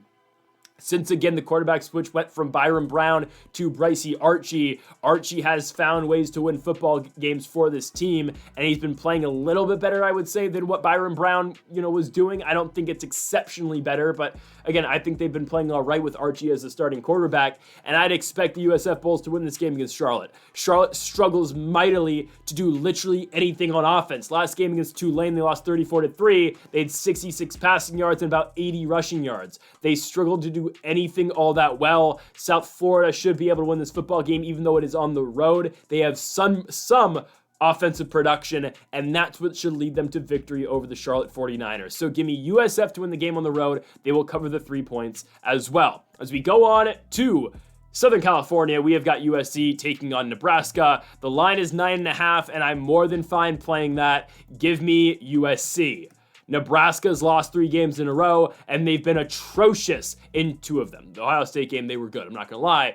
But the UCLA game was an all-time low, I would say, at least this season for Nebraska. And a pitiful performance against a team that you're supposed to beat. Again, Ethan Garbers played lights out. But the quarterback play for Nebraska in that game from Dylan Raiola, and then when Harburg came in at the end of the game because of the Raiola injury, it was horrible. Absolutely horrible. They couldn't get anything going, okay? Their defense kept them in that football game. They did. Nothing Royola did was all that impressive. We will see if he's playing this week. Last I've checked, I'm looking right now, Matt Rule said he's going to try to practice tomorrow or Tuesday, which again is the day this video is coming out. We'll see if he plays. I don't really think it matters. I'm going to be honest with you guys. I don't think it matters who plays quarterback for Nebraska in this football game. They're going to get dominated. The game is at SC. That's the big difference in this one. Again, USC trying to become bowl eligible. With a win here and a win next week against UCLA, USC can punch their ticket to the bowl season and maybe, go back-to-back wins in the Holiday Bowl with Miller Moss, who looks like he is on track to enter the transfer portal. We'll see about that. But USC, again, the last time they got a home game in the Big Ten, they blew out Rutgers. And this has kind of been a theme that USC has had against unranked Big Ten schools at home. Rutgers, they beat by 22. Wisconsin, they beat by 17 points. Now they get Nebraska at home. I would expect them to absolutely dominate Nebraska. Again, USC's been disappointing this season. They're coming off a loss in their last game to Washington. Again, we'll see where Miller Moss goes in the transfer portal. I would assume some school is going to pay Miller Moss big money to come there in the offseason. And again, maybe he returns to SC as well, but he's definitely a candidate, at least to enter the portal this season. And Woody Marks has done a really good job running the football as well. It's just USC stalls out on offense sometimes. Miller Moss will make some mistakes, and their defense won't really hold the team that they're playing as well. They will beat up on Nebraska here because Nebraska will not be able to score. USC should be able to score at home. Again, travel is a big deal. Unranked Big Ten schools haven't played all that well against USC on the road this season, and I wouldn't expect Nebraska to be the first. Again, USC has beat Rutgers at home. They beat Wisconsin at home. The exception, of course, is Penn State, but that's an elite team that USC was somewhat competitive with, actually very competitive with. I think USC at home beats up on Nebraska, regardless of who plays quarterback, Royola, Harburg. I don't think Nebraska's offense is able to muster out anything in this football game. Give me the USC Trojans to dominate the game at home, and they will cover the 9.5 points as well. Next up, we move on to West Virginia versus Baylor in the Big 12. Obviously, from Morgantown, West Virginia, we like the Baylor Bears to not win because we're taking West Virginia at home. I have picked against the Mountaineers quite a bit this season, I'll be honest with you. We're going to pick them here in this game. I get it. Baylor's coming off 3 straight wins, but it's a home game for West Virginia, and I get it again. Baylor's been playing really good football as of late, but again, look at the teams they have beat. Okay? Not bad teams. Don't get me wrong. T-Tech, TCU, Oklahoma State's been horrible this season, but Texas Tech and TCU are good football teams, sure. But look at the teams West Virginia has been beating too. Arizona on the road, not a bad win. Cincinnati on the road, a good win too. They finally return home to Morgantown, a place where they have struggled this season. Only one win against another FBS school, that's Kansas. But now, the Kansas win's starting to age pretty well as well. Like, West Virginia, you look at this team as a whole this season, yeah, they started off rough, and they lost back-to-back games against Iowa State and K-State, and regardless of how you feel about Iowa State right now, those are 2 teams that were ranked at one point in Iowa State and Kansas State. Obviously, K-State still ranked, and those are WVU's only losses in the Big 12. And now they're coming off back-to-back wins on the road against Arizona and Cincinnati. Again, Arizona might not be all that impressive, but the Cincinnati win at Cincinnati is impressive. I think West Virginia actually beats Baylor in this game. I get it. People are high on Baylor right now. They've won 3 in a row. I completely get that. Over, some good teams as well. The Texas Tech win on the road, and then just beating TCU by 3 is a huge victory as well. But West Virginia, since making the quarterback change from Garrett Green over to Nico Marchol, it's been all right for him. Marchol is 2-0 so far as the starting quarterback of this football team. It's not like he's played lights out, but he's done enough to win football games, and I'd expect West Virginia to win this game. We are taking the home dogs to win. Yes, we like the home underdogs in this one, in the West Virginia Mountaineers. I think they'll win at home against Baylor. Again, you look at what West Virginia's been able to do on the road in the last 2 weeks, beat Arizona, it is what it is, but beat a good team in Cincinnati last week on the road. I get it. Baylor's been playing good football as well, but I think, again, it's key to look at the games that West Virginia is able to win on the road, and now they get to come back home and play Baylor. I think they'll win. Give me West Virginia as home dogs to win this game against the Baylor Bears. Next up, we move on to Troy going on the road to Georgia Southern. I don't think this game is close at all. I really like the line in this one. 8.5 points. I think Georgia Southern absolutely runs away from Troy in this game. They've played close games in the Sun Belt all season long. I get it against Marshall and South Alabama, but there's a difference between playing Marshall and South Alabama. to playing Troy, a team that's 1-4 in the Sun Belt this season and 2-7 as a whole. Yes, they're coming off their first win in the Sun Belt against Coastal Carolina, but now Troy's going to fall back down to earth. They had the bye week last week. Now Troy again is going to come crashing down. Georgia Southern should absolutely blow this team out the water. I would expect them to. Okay, JC French should be able to, again, have a great passing day, I would think. And I really think Georgia Southern's going to blow this team out. They've had close games in the Sun Belt all year long, but again, those are to South Alabama and Marshall. They were able to but they were able to beat James Madison by 14 points. They were able to beat Georgia State by 17 points. I like the Georgia Southern Eagles here to dominate Troy. The line again is 8.5 points. I feel fine about Georgia Southern going out here and picking up the victory. Troy, again, is coming off, yes, their first win of the season, but now they fall back down to earth. I don't think they're going to be all that competitive in this football game. I think Georgia Southern, I think they completely run through Troy in this one. Give me Georgia Southern to cover the 8.5 points. They'll win this one fairly easily. We go on to our next one. We stay in the Sun Belt. JMU goes on the road to take on Old Dominion. JMU's a confusing squad, man, but I'm going to take them here. They have some games where they just look great, and then when they play, okay, I was going to say when they play good teams, they are close and sometimes they lose, but now the UL Monroe game is really odd because the way UL Monroe has played since their James Madison victory, I don't know. JMU, of course, they lost to Georgia Southern by 14 points. That's fine. Their wins, Coastal, Southern Miss, Georgia State, Ball State, UNC, obviously. Good wins for the James Madison Dukes. But they're a little bit inconsistent, but when they're on, they're on. They're taking on ODU, a team that was on a 3-game winning streak over Georgia State, Texas State, and Georgia Southern, but they just had a very disappointing loss last week to Appalachian State, and now they're 4-5, struggling to make a bowl game. Obviously, Colton Joseph has been a great quarterback for this Old Dominion Monarchs team this season. After stepping into that starting role, Aaron Young, obviously their starting running back as well, who has 550 yards in the season. But James Madison's offense, I just think, is too explosive. With Alonzo Barnett III, with George Pettaway, I feel like they're able just to put up too many points for Old Dominion to keep up with and too many points in a hurry.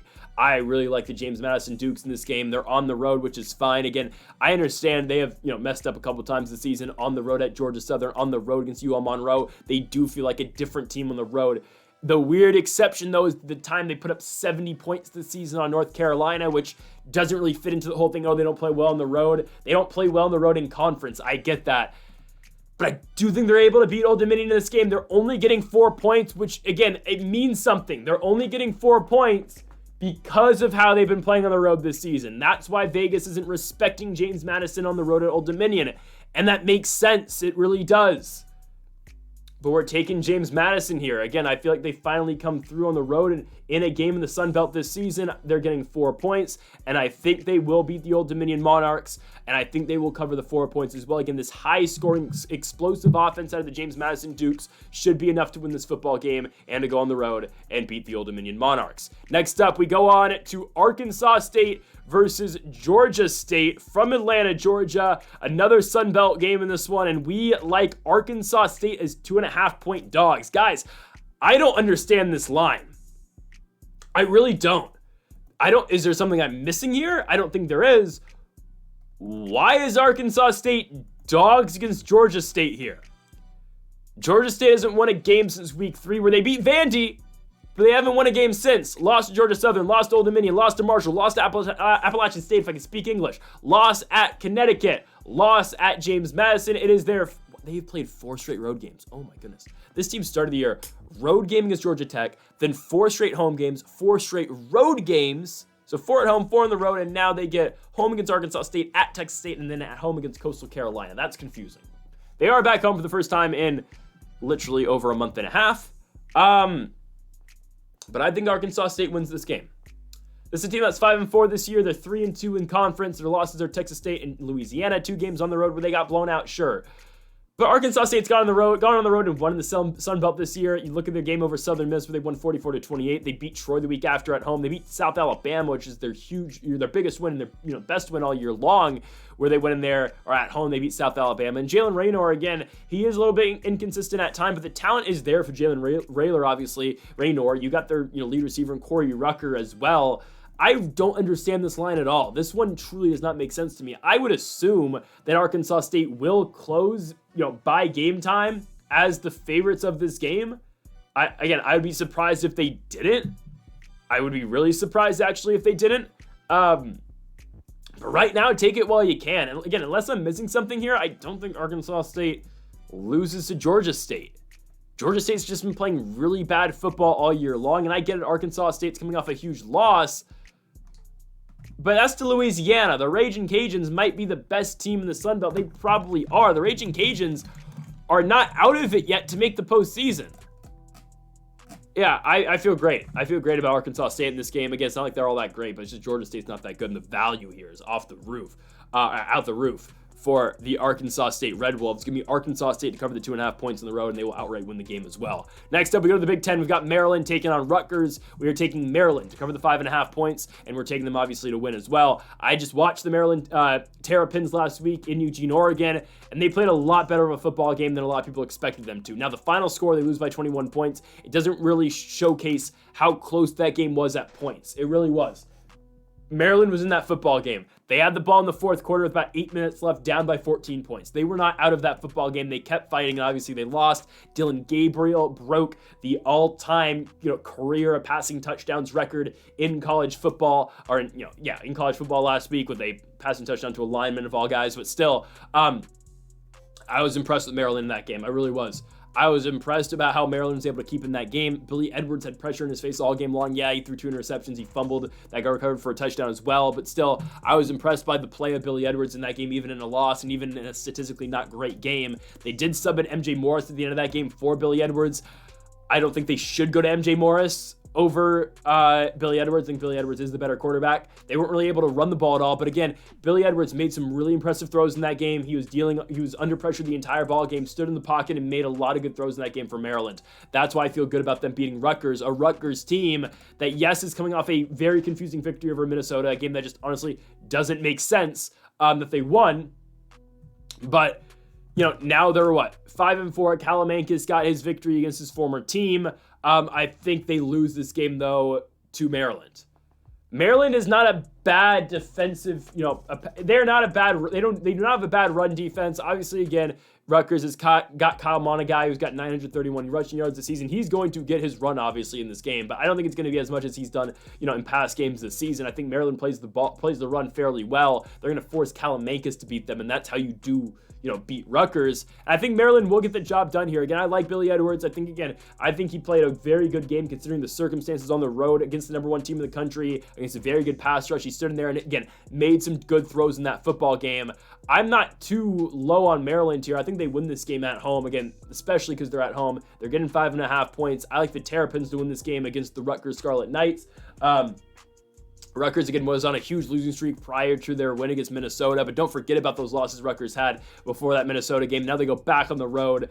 I think Maryland wins this football game, and I do think they cover the 5.5 points as well. Next up, we go to the Sun Belt. We've got the Louisiana Ragin' Cajuns at home against the South Alabama Jaguars. There is nothing that is stopping the Ragin' Cajuns right now. I am serious. Louisiana is well on their way to the Sun Belt Championship. They are going to go 11-1 in the regular season, and they are likely on their way to winning the Sun Belt. They are going to need help to get into the postseason, but Louisiana's only loss this year is an 8-point loss at home against Tulane. Other than that, they are undefeated this season, and Louisiana is playing lights out, and they've been doing that all season long.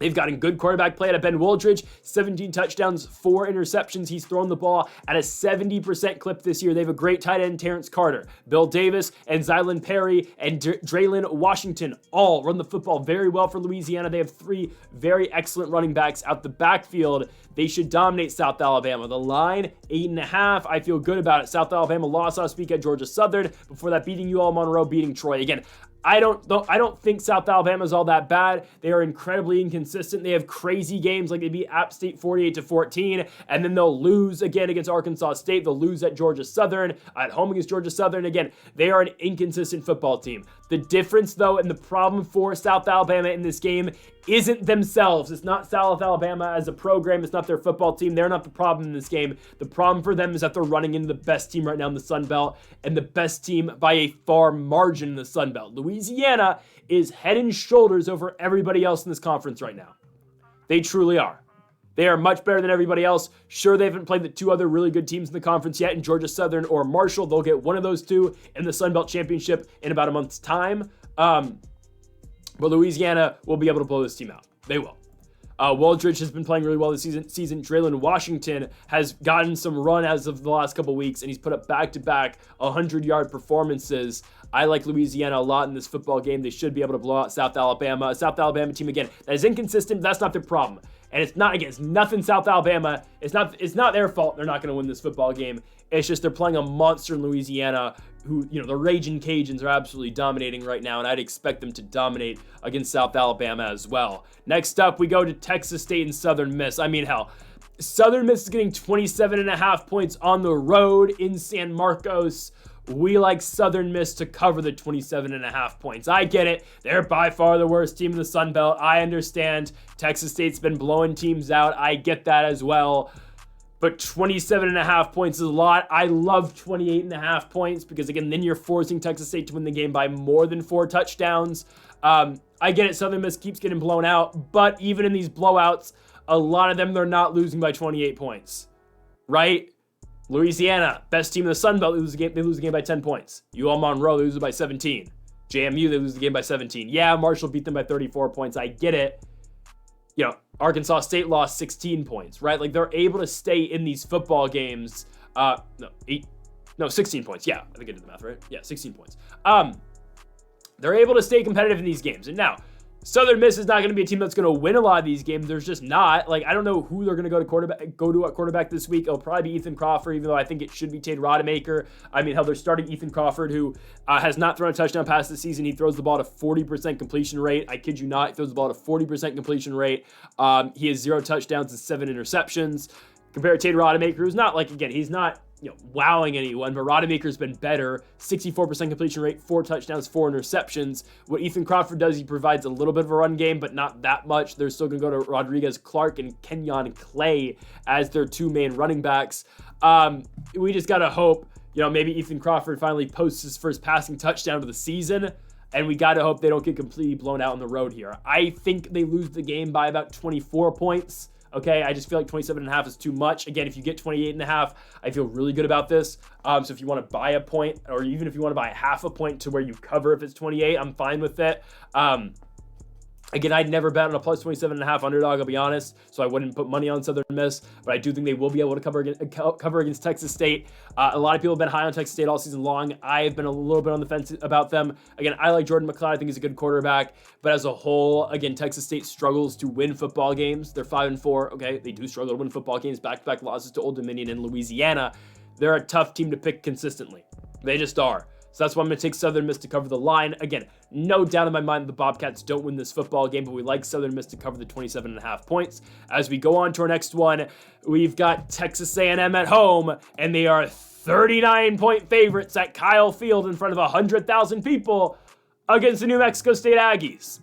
We are actually taking Texas A&M to cover those 39 points. Why? New Mexico State is abysmal. Now, they have been playing a little bit better football, like how they only lost by, 13 points against WKU. They were winning in that game against WKU. Obviously, Caden Feldkamp at the end of the game obviously pulled away for Western Kentucky. They won that one.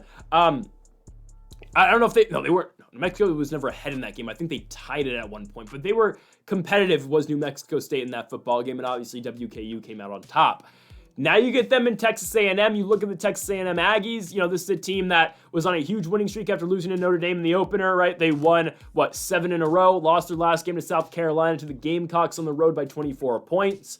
It is what it is. We'll get to the Gamecocks a little bit later on in the featured games of the video. For A&M, what can you really say about this game? They are still very in it for the SEC championship game right now.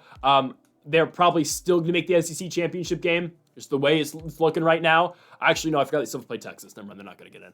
Who's going to be the other team? Well, if Tennessee can somehow beat Georgia this week, it's going to be Tennessee and Texas. But, yeah, I don't know. There's going to be a huge tie for second to play Texas in the SEC title game this year. We'll see. We'll cross that bridge when we get there. But, yes, if A&M can somehow beat Texas at home, they'll get in, but they're not going to. For A&M, again, They're still ranked 14. Obviously, Marcel Reed at quarterback. He's not bad. I think A&M's going to dominate New Mexico State. Again, it's rough picking this game in terms of the spread just because there are so many points. 39. I mean, that's crazy. But again, New Mexico State's not that great. They are going to Kyle Field. This is a game that A&M needs to have. It's their second to last home game this season. It's their last affordable home game, right? It's $100. The Texas game's $600. I like A&M to win this game, obviously, and I think they should be able to cover. I think they should just be able to keep carrying momentum as the game progresses. I mean, if they're able to beat Missouri, who, again, Missouri's not that great, but still, if they're able to beat Missouri by 31 points, who is an SEC school at home, they should be able to completely put BTA to New Mexico State. Give me Texas A&M to win this football game. They'll cover the 39 points as well. As we go on, we do have some more games here before we get into the features. We got 4 more, then we'll get into those feature games. We got a Cincinnati versus Iowa State. I don't know why Cincinnati's getting 9 points in this one. I get it. Both these teams have lost 2 in a row. But Iowa State, they are not the team we thought they were, obviously. They had a huge win over Iowa to start the season, but Iowa's not the team we thought they were either. Excuse me, my eye is itching like crazy right now. But back-to-back losses for Iowa State, Texas Tech, and Kansas, 2 competitive football games, but in the end, they lost both of them. Iowa State, obviously, they are still kind of in it for the Big 12 championship game, but they're kind of out of it now. Romeo Becton Company, right, they have not been playing inspiring football as of late. They got into a shootout with Kansas, but that was a shootout they just couldn't win. Now they get the Cincinnati Bearcats, team that is trying to become bowl eligible. The victory here, I kind of don't mind Cincinnati to outright win the game. I'm not going to give you an official prediction on who's going to win this football game. All I'm going to say is that I think the Bearcats have got a shot, okay? That's all I'm saying. I think they have a shot to win it.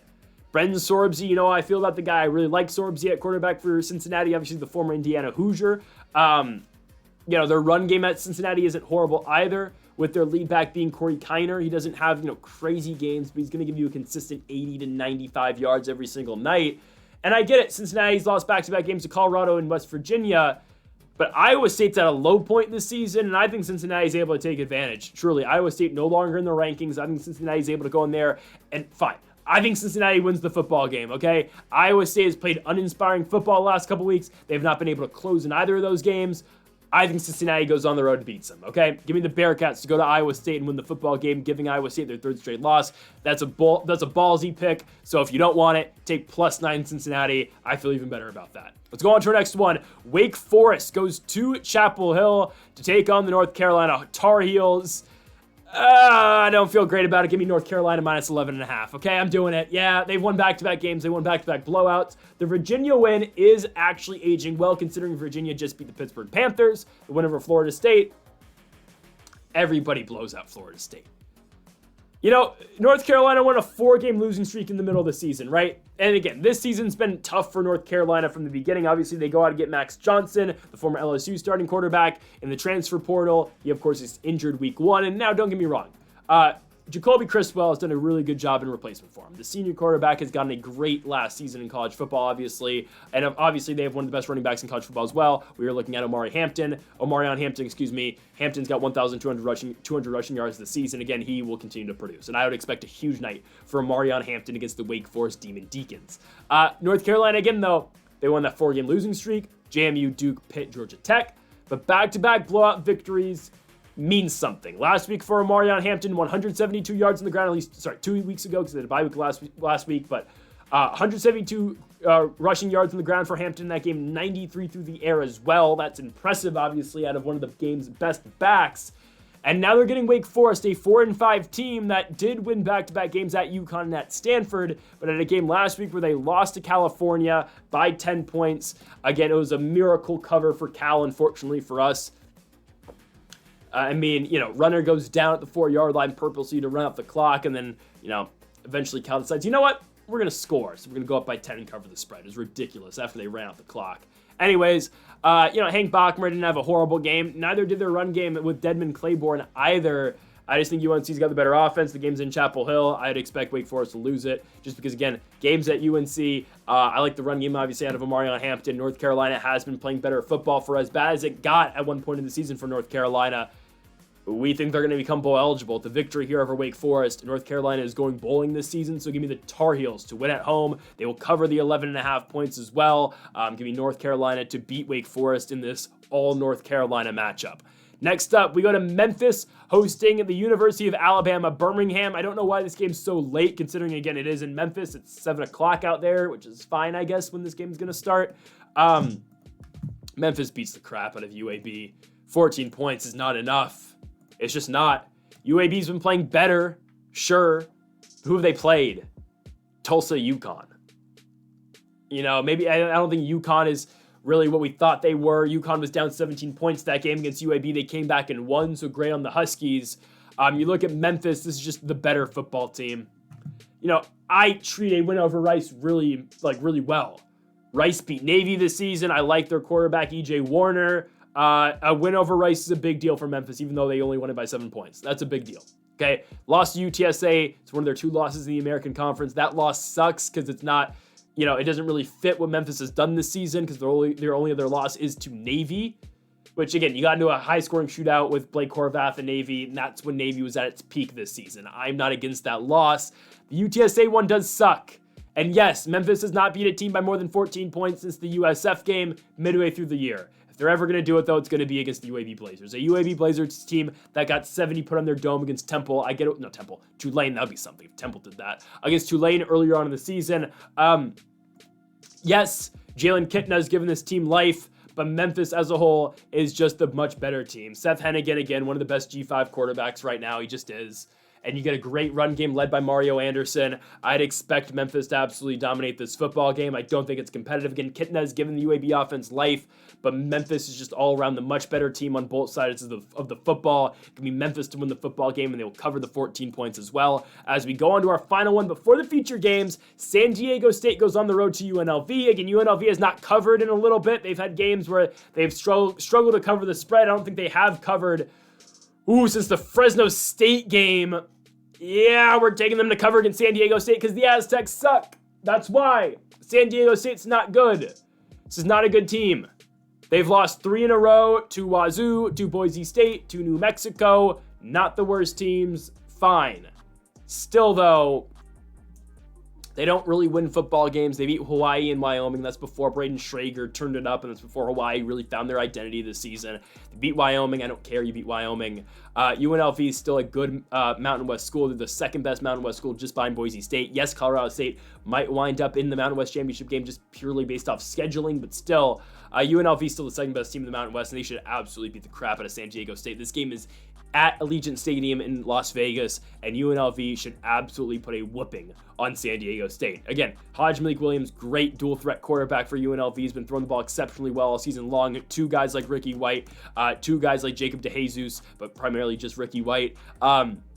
San Diego State, besides their run game, is not impressive at all. They can't really throw the ball that well with Danny O'Neal. It's all Marquez Cooper. But the thing is, again, once UNLV figures out how to stop Marquez Cooper, and once UNLV puts San Diego State in somewhat of a hole, then again, Marquez Cooper kind of gets factored out of this game, and now you force the Aztecs to throw the football. That's what happens to San Diego State, like in that game against Boise State. They couldn't go back to their run game because they were down by so many points, so they're forced to throw, and that's where they tend to get blown out, and that's where teams that they play start to take over. That's why we're taking the UNLV Rebels to dominate this football game against the San Diego State Aztecs.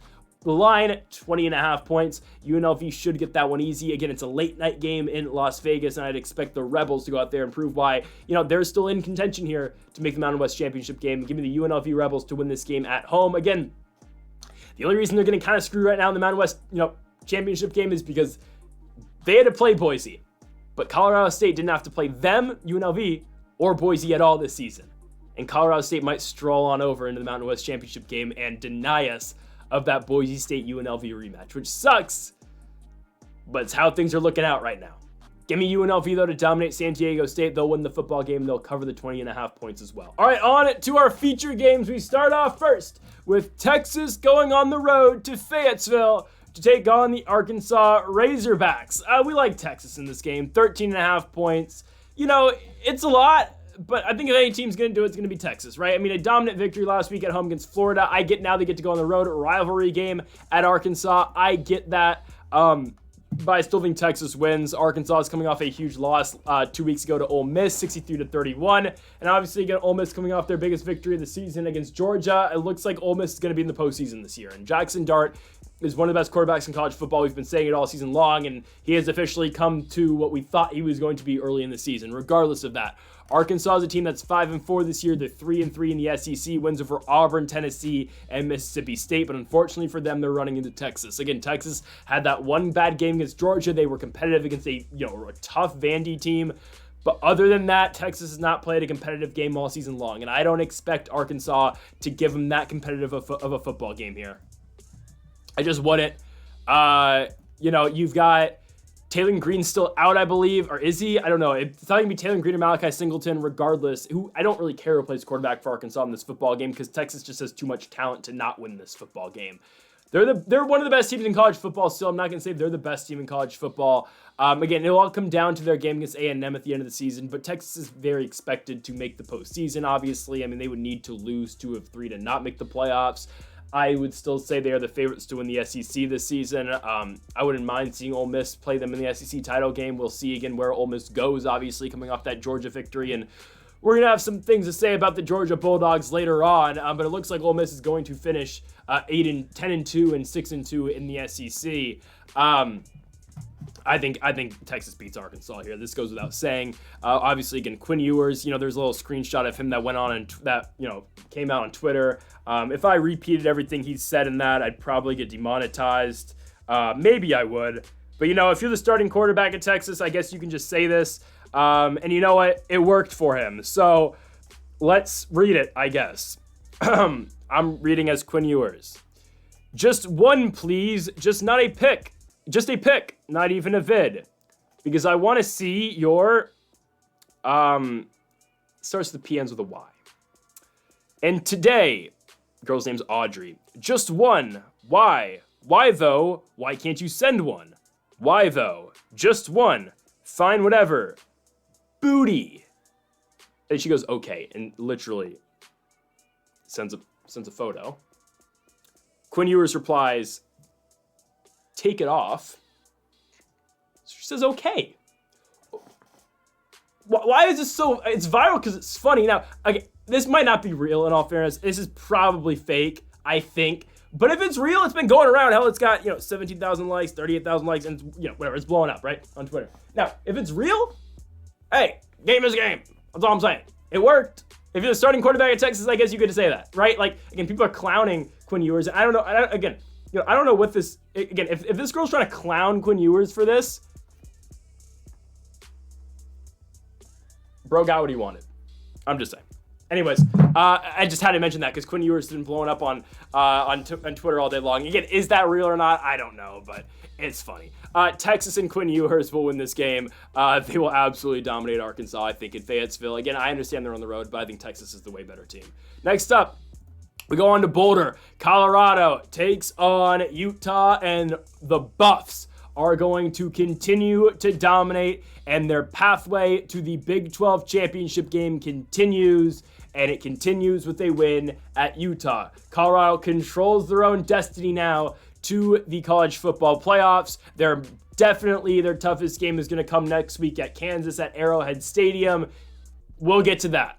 They just got to take care of business against Utah. I said last week if they could go on the road and beat Texas Tech, I think they're going to the Big 12 championship game, and they took care of business. Colorado's playing exceptionally well football right now. They are 7-2. They get a Utah team that has lost, and lost some more. And my goodness, Utah's game last week against BYU, they had Brigham Young, and they just let it slip away. A holding call on 4th and 10 for BYU at their own 2-yard line. BYU then drives the football down the field and wins with a game-winning field goal. I mean, heartbreak for Utah, but BYU continues their magic season, and now BYU is looking like almost a lock to make the playoffs regardless if they win the Big 12 or not. I think BYU kind of has to get in even with one loss, but who does BYU lose to in the regular season? Well, there's a team later on this video we're going to talk about them playing, and then next week they go to Tempe, Arizona. We'll see. BYU still got some tough games. But Utah still struggles a lot on offense. They had 3 back-to-back drives where they scored 3 touchdowns in the second quarter. It was really weird. Second, I think the beginning of the third, too, or were they all in the second quarter? It was all in the second quarter. They had 3 straight drives. It was really odd. They had 3 straight drives where Brandon Rose just drove them down the field, and they scored 3 straight touchdowns. And then after that, they cannot get a damn thing going against BYU. It was really weird. They had 3 really good drives, and then they just completely stopped. Colorado's going to dominate this football game. Utah's not going to be able to keep up. Colorado's going to put up 40 points in this team. I get it. Utah's defense isn't... Actually, no. They're not going to put up that many points. Utah plays good defense. I forgot about that. Yeah, Utah's D-line's really good. They get pressure. And, again, Retzlaff... Again, BYU won the game, but Jake Retzlaff was in some heat that entire football game. I mean, it felt like every time he touched the football, Utah was sending everybody. The thing is, Shedeur Sanders, guys, is the best quarterback in college football. So he'll be able to manage. He's been on the wrong end of his offensive line getting beat so many times. He's used to this, okay? He's very used to this. Colorado's going to win this football game. They'll win it by more than 10 points. Here's why. Colorado's defense isn't the best, but Utah's offense is not very good. Colorado's going to be able to score. Even with the pass rush on Shedeur Sanders, we've seen him get mauled. Even like in the USC game last year, we saw him get mauled all night long, and they still are able to score 30 points. Colorado's going to put up 35 points in this game. Utah's only going to be able to put up like 17 max. Give me Colorado to win this game at home, and the Buffs continue their run to the college football playoffs. We'll see. I don't know if they can beat BYU, but Colorado's looking pretty good right now. Give me the Buffs to keep on winning. They will take down the Utah Utes and cover the 10 points as well. Next up, we go on to an ACC matchup. I just have to talk about Southern Methodist because now look at SMU go, man. They are in a spot in the ACC where they are right now the #1 team in the conference. They have not lost in the ACC. They're 5-0. Their only loss is to BYU, who is in the top 7.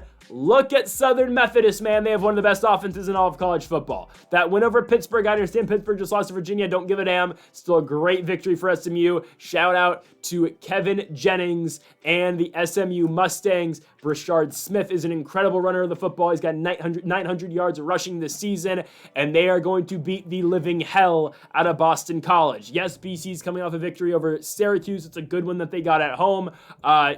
Castellanos... Castellanos didn't play majority of that game because Grayson James is now getting a lot of run at quarterback for Boston College. He's been okay. I don't care who plays quarterback, though, for BC this week. SMU absolutely smashes them. I just had to mention this game because of the way Southern Methodist is playing. There's not much, controversy around this pick, I don't feel, because the offense of SMU, they just played 2 weeks ago against Pittsburgh and dominated them. SMU is a dominant football team. Yes, I'm saying dominant a lot, but they're a great football team in Dallas, Texas. I'd expect them to beat the crap out of Boston College in this football game. 17 points is not enough because why? SMU is out to make a statement. They're ranked 13th right now. I'd assume that number is about to go up, maybe even though they're just coming off a bye. But Southern Methodist controls their destiny to the college football playoff, and I'll make the case right now, they're going to beat Miami. Give me SMU to beat up on Boston College. They'll cover the 17 points as well. Game day's got to make an appearance at SMU eventually. Don't know if it's going to happen this season. If there was ever a week to do it, it'd be this week. Maybe they're not going to do it the last week of the year against Cal. Maybe, they wouldn't. I don't know. Give me SMU, though, to go out there and beat up on Boston College. They'll cover the 17 points as well. Next up, we go on to Gainesville, Florida. We've got the Florida Gators at home against the LSU Tigers. LSU's getting 4.5 points in the road. That doesn't feel like enough. Give me LSU to win the football game and cover the 4.5 points as well. This is not much of an LSU thing. It's a Florida thing. Florida has fallen right back down to earth. They played Texas. They got dominated like they were expected to get dominated in. Obviously, Graham Mertz is still injured. DJ Lagaway is injured as well. So Aiden Warner is now the starting quarterback of Florida. Now, is Lagaway going to be back? Lagaway going to be back for this game? I think he is. Actually, I need to check. Is DJ Lagaway playing? He's expected to practice this week. He still remains day-to-day, and he's questionable for this week. If Lagaway doesn't play, it changes the game incredibly. Because I don't know how this team wins and stays competitive with Aiden Warner at quarterback. Nothing against Aiden Warner, but he's thrown 3 interceptions this season to no touchdowns. He's thrown the ball to 42% completion rate this season, and he's a true freshman. He's not expected to be a game changer yet for Florida, okay? You got to find ways to get guys like Elijah Badger the ball, and, unfortunately for Aiden Warner, he's not, able to do that entirely. And again, he's been tasked with 2 very difficult situations. Georgia and then Texas. And now you get LSU, and who do you get next week if you're still starting? Oh, you get Ole Miss. They do play Florida State at the end of the year, but still, yeah, this is rough. This is rough for Florida. I mean, they got to win one of these games because either LSU or Ole Miss become bowl eligible, Personally, I don't think they get it. Again, Florida was tasked with one of the toughest schedules in all of college football this season. They just were. I mean, just listen to the teams they played this year. Miami, A&M, Central Florida, Tennessee, Georgia, Texas, LSU, Ole Miss. I mean, and if Florida State was good, oh my goodness, this is a rough and brutal schedule for Florida. LSU's coming off that loss to Alabama. Again, they just got outplayed and they've got 3 losses this season. I thought Alabama was the better team going into it. We picked Bama to win that football game, and we were correct on that. I think Garrett Newsommer comes back in this football game, though, and I think LSU's able to win it. Again, I said at the beginning of this prediction, I'm going to say it again, this pick is not me being almighty high about LSU. No, this pick, if anything, is Florida's just inconsistency right now, especially with their quarterback position. Even if Lagway plays like LSU, LSU's got the better defense. I know they gave a lot of points to Bama last week, but they still get the better defense. They have a better offense as well. But especially if Lagway's not playing, there's no victory in sight for Florida in this football game. Again, Lagway's the best quarterback on the roster. And yes, above Graham Mertz, who is injured and out for the season. But still, if it's Aiden Warner, I can't trust Florida to win this one or even cover. Give me LSU to cover the 4.5 points on the road at Gainesville, Florida in the Swamp. Next up, we move on to South Carolina. They will be hosting Missouri. Now, Missouri's coach, after their win last week and whatever the hell that game was against Oklahoma, said, and I quote, that's a big win for us because it keeps us alive in the playoff race. Yes, I'm talking about the college football playoffs. Does he think college football's got an NIT? Maybe, because that they'd be alive for. Missouri, they're not getting, even if Missouri wins out, they don't make the playoffs. 10-2, not in the SEC championship game, they would not make the playoffs. They're not winning out. They will either screw up and lose this week to SC, or they'll lose to Arkansas, or hell, maybe they lose on the road to Mississippi State. I don't know. Regardless, they're without now their starting center, Connor Tolson. He's out for the season, had a knee injury last week against Oklahoma. Missouri had a miraculous comeback win in that one, obviously, with the scoop and score touchdown at the end of the game. Again, great for Mizzou, huge victory, but we got to realize who they're playing, guys. They played Oklahoma. We've talked about how bad the Sooners are all season long. Oh, Mizzou beat them. Again, good for Mizzou, but this doesn't make them this does not make them a playoff contender, okay? They really shouldn't even be ranked. South Carolina is a team that should be ranked. We'll see if they are, again, when the college football rankings come out, college football playoff rankings come out later today. But this is a school that's on a 3-game winning streak. Went on the road to Oklahoma. They beat Oklahoma 35-9. Missouri beat them by 7 points. You needed a fumble return touchdown at the end of the game to get it done. South Carolina beat Texas A&M by 24 points. They beat Vandy by 21 points on the road in Tennessee. Yeah, we like South Carolina a lot in this one. To win, to cover, though, actually, we'll take Mizzou. I'll take Missouri. Missouri's got too much talent to not stay in this football game. I understand that happens a lot to them where they don't, where they just, they've got talent, but they just can't win games. They can't stay in games. I implore them to get the ball to Luther Burden and find ways to get the ball to Luther Burden. I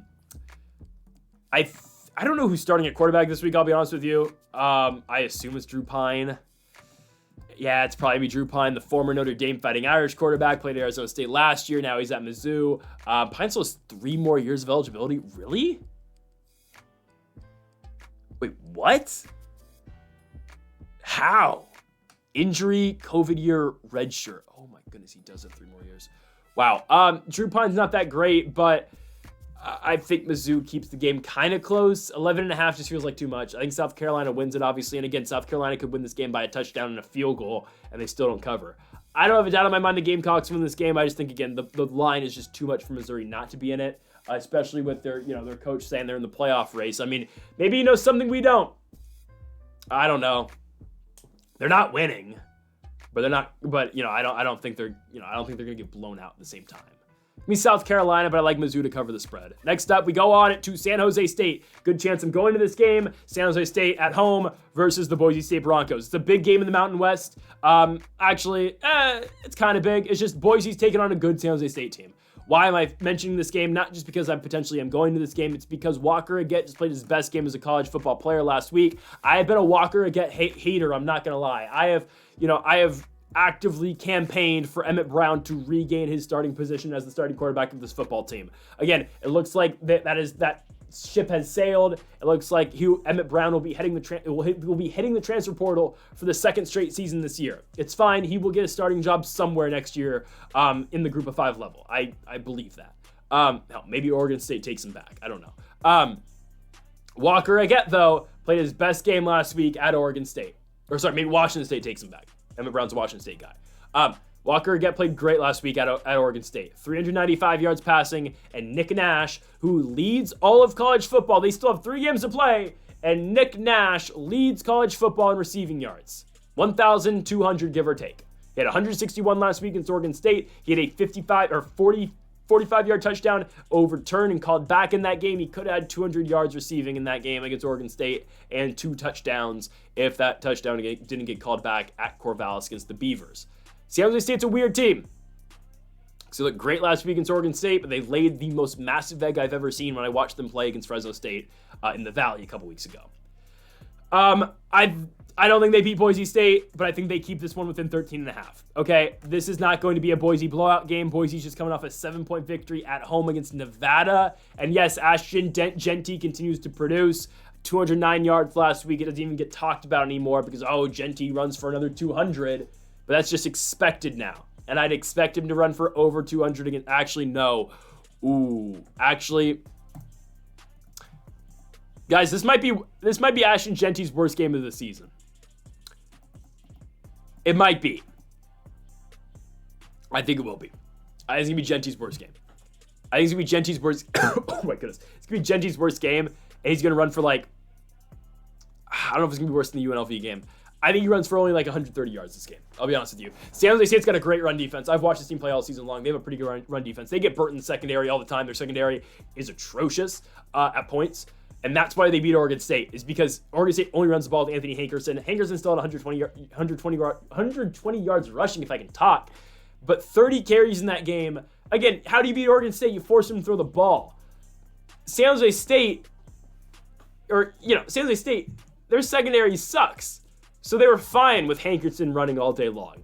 And the thing is, they're going to be fine with Boise State doing that as well. That's where San Jose State wins games. I've seen them against good run offenses before. I went to watch the Davis game. They stuffed Davis all night long. They stuffed Air Force when they were running the ball. They made Wazoo throw the ball on them all night long. They ended up losing, but still they made Wazoo throw the ball against them. Oregon State didn't see that much success in the run game against San Jose State. Same with Fresno State. Fresno State, just Mikey Keene dominated their secondary. I'm taking San Jose State to keep this game close. Again, I think Jeanty... I've never picked, I've not actively ever said, Jeanty's going to have a bad game. This is it. I don't think he's going to have that big of a game this week, and this is going to give a lot of fuel to the anti-Jeanty agenda in terms of winning the Heisman Trophy. This is going to propel Travis Hunter's campaign a lot, and Travis Hunter, I think, right now probably might win the Heisman the way things are heading. Cam Ward just lost a game, so it's looking like it might be Travis Hunter. I think Jeanty only runs for 120 this week, 130, 140. San Jose State's got a really good run defense. Their secondary's bad. That's how you beat them. Boise State's going to have to throw the ball. San Jose State's going to stay in this game. Walker Agette is developing right now into a really good quarterback. At least that last game was really impressive. San Jose State's going to try to throw the ball night long. I think it's going to be rough for Boise. I think it is, for them to try to just pound it out with Jeanty all night long. San Jose State's got a good run defense, and they're prepared for that. Give me the Spartans to cover the 13.5 points. I do think Boise edges out a victory, but I think it's by 3-7. I think this is a close game in San Jose. The Spartans keep competitive, but ultimately Boise will win. But I don't think it's a big night, honestly, for Ashton Jeanty. Next up, we go on to K-State at home against Arizona State. You want a big underdog pick? Here it is. Plus 270 on the road. We are going with the Arizona State Sun Devils. We've taken the Sun Devils multiple points in this season as big dogs. The Utah game, we took them in the Texas State game. They were dogs on the road in that one. We are taking the Sun Devils again, and we are taking them to beat Avery Johnson and Kansas State, because Kansas State just is not that good. They aren't. They barely got by Colorado. That was their best game all season long, but I'm not sold on Kansas State. They lost to Houston 2 weeks ago. Barely got by Kansas by 2 points. Again, Kansas is playing better football, but sure. I'm not sold on K-State right now. Arizona State, they've got a great run game, and Sam Levitt's playing decently well as well, but the way Arizona State is able to grind out that run game, and they were able to beat UCF last week. They beat Oklahoma State before that. Again, a win over the Oklahoma State Cowboys right now doesn't mean anything. It truly doesn't. But coming off that win at home against UCF, I like the Sun Devils to go out there and beat Kansas State. I think Kansas State's massively overrated, guys. I think they are. Oh, God. I think they're massively overrated. I really think they are. You look at what Avery Johnson's been doing, nothing all that impressive if we're being honest with ourselves, right? I mean, nothing that crazy. 238 rushing yards, or 238 passing yards, in that game and that win or that loss against Houston, 253 against Kansas. Nothing jumps off the table really in the quarterback play of Avery Johnson. Nothing really does. They run the ball all right, but Giddens hasn't had a huge game in a minute. I don't know. I just really like Arizona State in this spot. They're 7-2, and they're getting 8 points on the road, and they're a plus, 270 dog. They're getting 9 points on the road. Yeah, give me Arizona State to go on the road and beat Kansas State. I think it's a great spot for the underdog here. Give me Arizona State. The Sun Devils go into Manhattan, Kansas, and win the football game and obviously cover the points as well. Arizona State with a huge upset victory gets in the rankings with a victory over K-State. Next up, we go to Madison, Wisconsin. We've got the Wisconsin Badgers at home against the Oregon Ducks. And again, I went to Oregon last week, went to my first Oregon game, and it was pretty fun. Again, got to see Dylan Gabriel break the all-time passing touchdowns record. Autzen Stadium's cool. Eugene, Oregon's really cool as a whole. Got to go on the field after the game, snuck into the student section. If you can see that at all, pretty damn cool. Not gonna lie, pretty cool experience. Then I went to go watch the Portland Trailblazers get killed the next day against the Memphis Grizzlies. But anyways, by the way, Grizzlies team without John Morant too. I mean, the Trailblazers are the worst team in the NBA. I don't care. Anyways, Wisconsin though, they're in a rough spot here. They're getting 14.5 points against Oregon, and I really don't know why. Truly, I don't know why they're getting 14.5 points in this one. Is it because Oregon looked not great in the Maryland game? They kind of let the Terrapins hang around in that one, and they really benefited off of some defensive plays, and really the offense wasn't that great. I don't know why the line's 14.5 here. I would think it'd be like 19, 20. Wisconsin's lost back-to-back games to Penn State and to Iowa. They lost by 15 points against Penn State at home. Then they went to Iowa, lost the game by 32 points, and Iowa ended up losing to UCLA right after. Jack Del Rio, who was an advisor to Wisconsin's head coach Luke Fickell, just resigned after a OWI incident. Now, I know what a DWI is. What's an OWI? Del Rio was arrested on Friday night after a vehicle he was driving hit a street fence. Showed signs of impairment. What's an OWI? Is this a politically correct version of saying DWI? Operating a vehicle while intoxicated.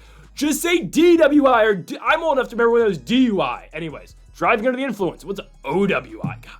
Anyways, that's happening, though, within the Madison, Wisconsin realm. I think Oregon dominates this football game. I don't know why the line is what it is, truly. I don't get it. Again, I have not been impressed with Wisconsin all year long. I took one chance on Wisconsin this entire season. I took them against Penn State, and I regretted it immediately. Wisconsin, I always fade Wisconsin just because I dating back to last season, I cannot trust Wisconsin to win football games. And I'm not trusting them here. Again, their starting quarterback obviously out for the season. We're talking about Tyler Van Dyke. That happened very early on in the year. And Wisconsin has been, they've been playing Braden Locke. Locke's just been okay. The sophomore out of Rockwall, Texas. Oregon's the better football team, guys, and it goes without saying. They're the better football team, ranked number 1 in the country right now. Oh my goodness, I have a bad cough right now. Jordan James, obviously their lead back. Dylan Gabriel, he is in the Heisman conversation. I don't think he should get it above either Genty or Travis Hunter, but that's just my 2 cents on that. I think Oregon wins this football game, and I don't understand why the line's 14.5. Oregon absolutely dominates, and they destroy Wisconsin. I don't care. Wisconsin had a bye week going into this one. Oregon's 10 times the football team Wisconsin is. Next up, we go on to the game of the week. By far, biggest game of the week. Georgia, Tennessee. This is a playoff game. That's simple. It's a playoff game. Game day is in Athens. The winner of this game goes into the playoffs. The loser of this game is eliminated. Okay? Georgia's coming off an embarrassing loss last week at Ole Miss. Carson Beck is a shell of his former self. I don't know what's wrong with Carson. Actually, maybe I do know what's wrong with Carson Beck. I don't know. But we tried to hype Carson Beck up last week. And here we go again. Carson Beck, you just had one of the worst games of your career in a game where you needed to show up on the road at Oxford, Mississippi. Here's the thing. You get Tennessee at home. If you win this game, you go to the playoffs because they're not losing to Massachusetts, and I doubt they lose to Georgia Tech, right? You're going to the playoffs if you win this game. What will you do? The entire world is hating against you right now. They are hating on you, Carson Beck. Will you lay back-to-back stinkers? Absolute horrible performances. I don't know. Guys, Carson Beck has 17 touchdowns and 12 picks this season. My goodness. If Georgia's not able to establish the run game early, they are in trouble. But the problem is, I think Tennessee is severely overrated. I don't think this team's that good.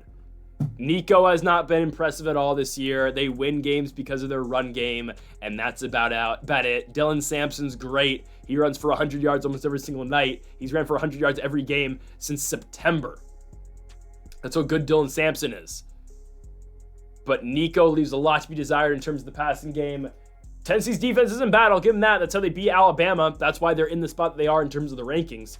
They're coming off a Mississippi State win last week where they won the game by 19 points. Again, good for them. It's a whole nother game, though, when you go to Athens. It's that simple. It's a whole nother game. Carson Beck, though, how will you respond? You need it. Your draft stock is drastically falling every single week. You need a victory. Can he go out there and get it? I'm going to say yes. I'm taking Georgia. I'm taking Carson Beck to finally perform when the lights are the brightest this season. I think they establish the run game, and then again, you let Carson Beck work off of it. If Georgia just runs their offense based around Carson Beck, and Carson Beck has to make plays for them to win football games, that's not going to be all that successful. He's no Stetson Bennett. He's just not. We'll see. I think they establish the run early with Frazier, ETN. We'll see, and then you can build off that. Again, I don't think Tennessee's all that great, especially now they have to go on the road for the first time since their only loss this season. Guys, Tennessee's been on the road only twice this entire year. They've been away from Rocky Top.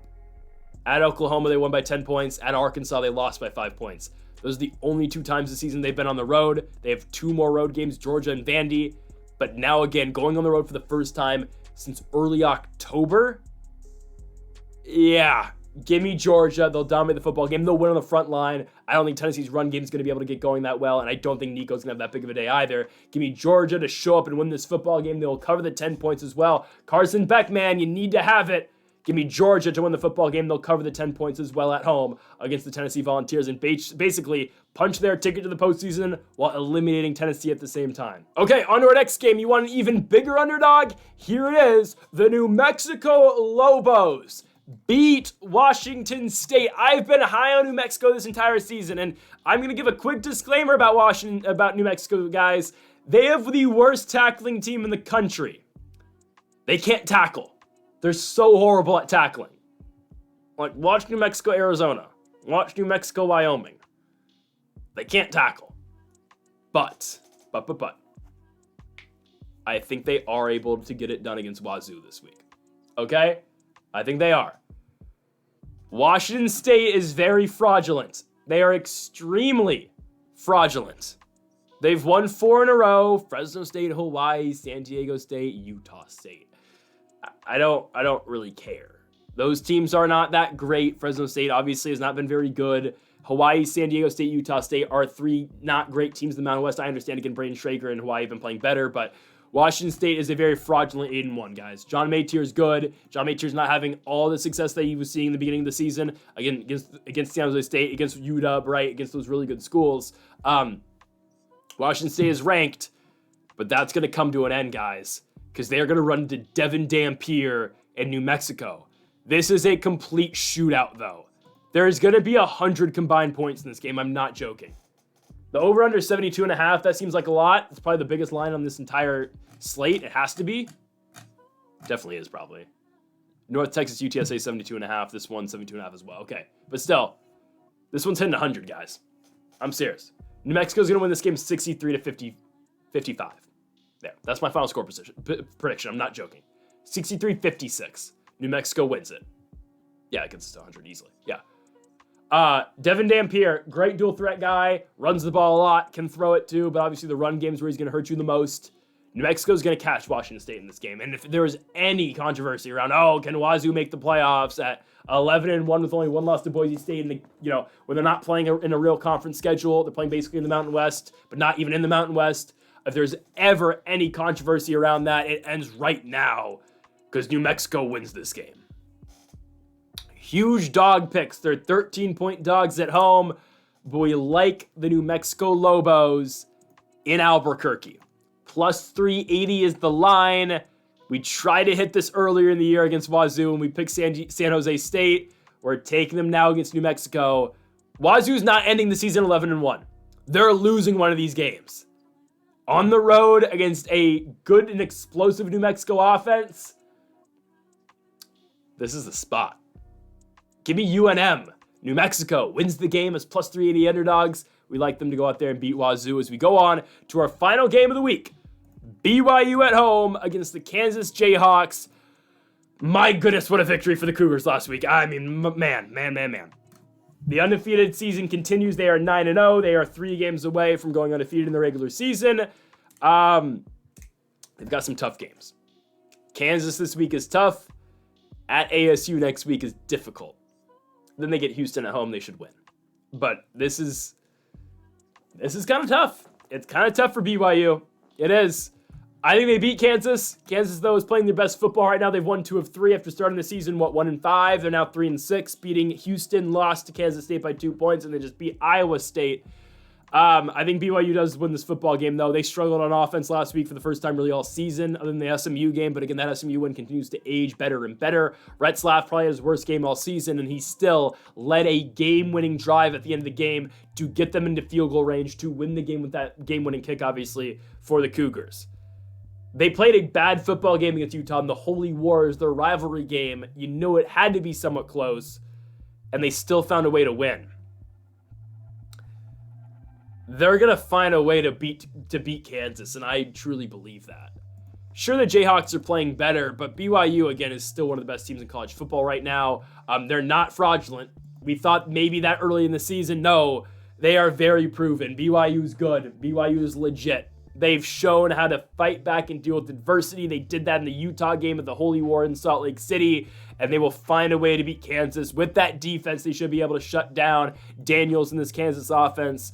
Kansas has been scoring a lot recently. I get that. They get into high-scoring games. I think BYU, though, being in Provo, being at home, should be able to outscore them. I think their defense is going to give Kansas a little bit of trouble as well. I like BYU a lot in this game. Again, they should be ranked in the top 7. They control their path, obviously, to the Big 12 championship game. They will be there. It's just a matter of where will they be seated in the college football playoff as long as they're able to beat Kansas and Arizona State. Don't get me wrong, 2 very tough ball games, but I do think Retzlaff and BYU is able to get it done. They've been one of the better stories of this entire college football season. But we like the BYU Cougars to win at home against Kansas in the final game of the college football slate here in week number 12. They will cover the 3 points and they will win outright as well. The miracle Cinderella season continues for the Brigham Young Cougars at home against the Kansas Jayhawks. So folks, thank y'all for watching our week number 12 predictions here with the college football slate. Make sure to hit that subscribe button down below for more. Make sure to leave a like if you did enjoy the video. Make sure to comment if you do disagree with any of the picks. We'll be back next week for week number 13 as again we continue to predict every single college football game here in 2024 all the way through the playoffs and beyond. So folks, thank y'all for watching. Make sure to hit that subscribe button down below for more, and Mamba forever.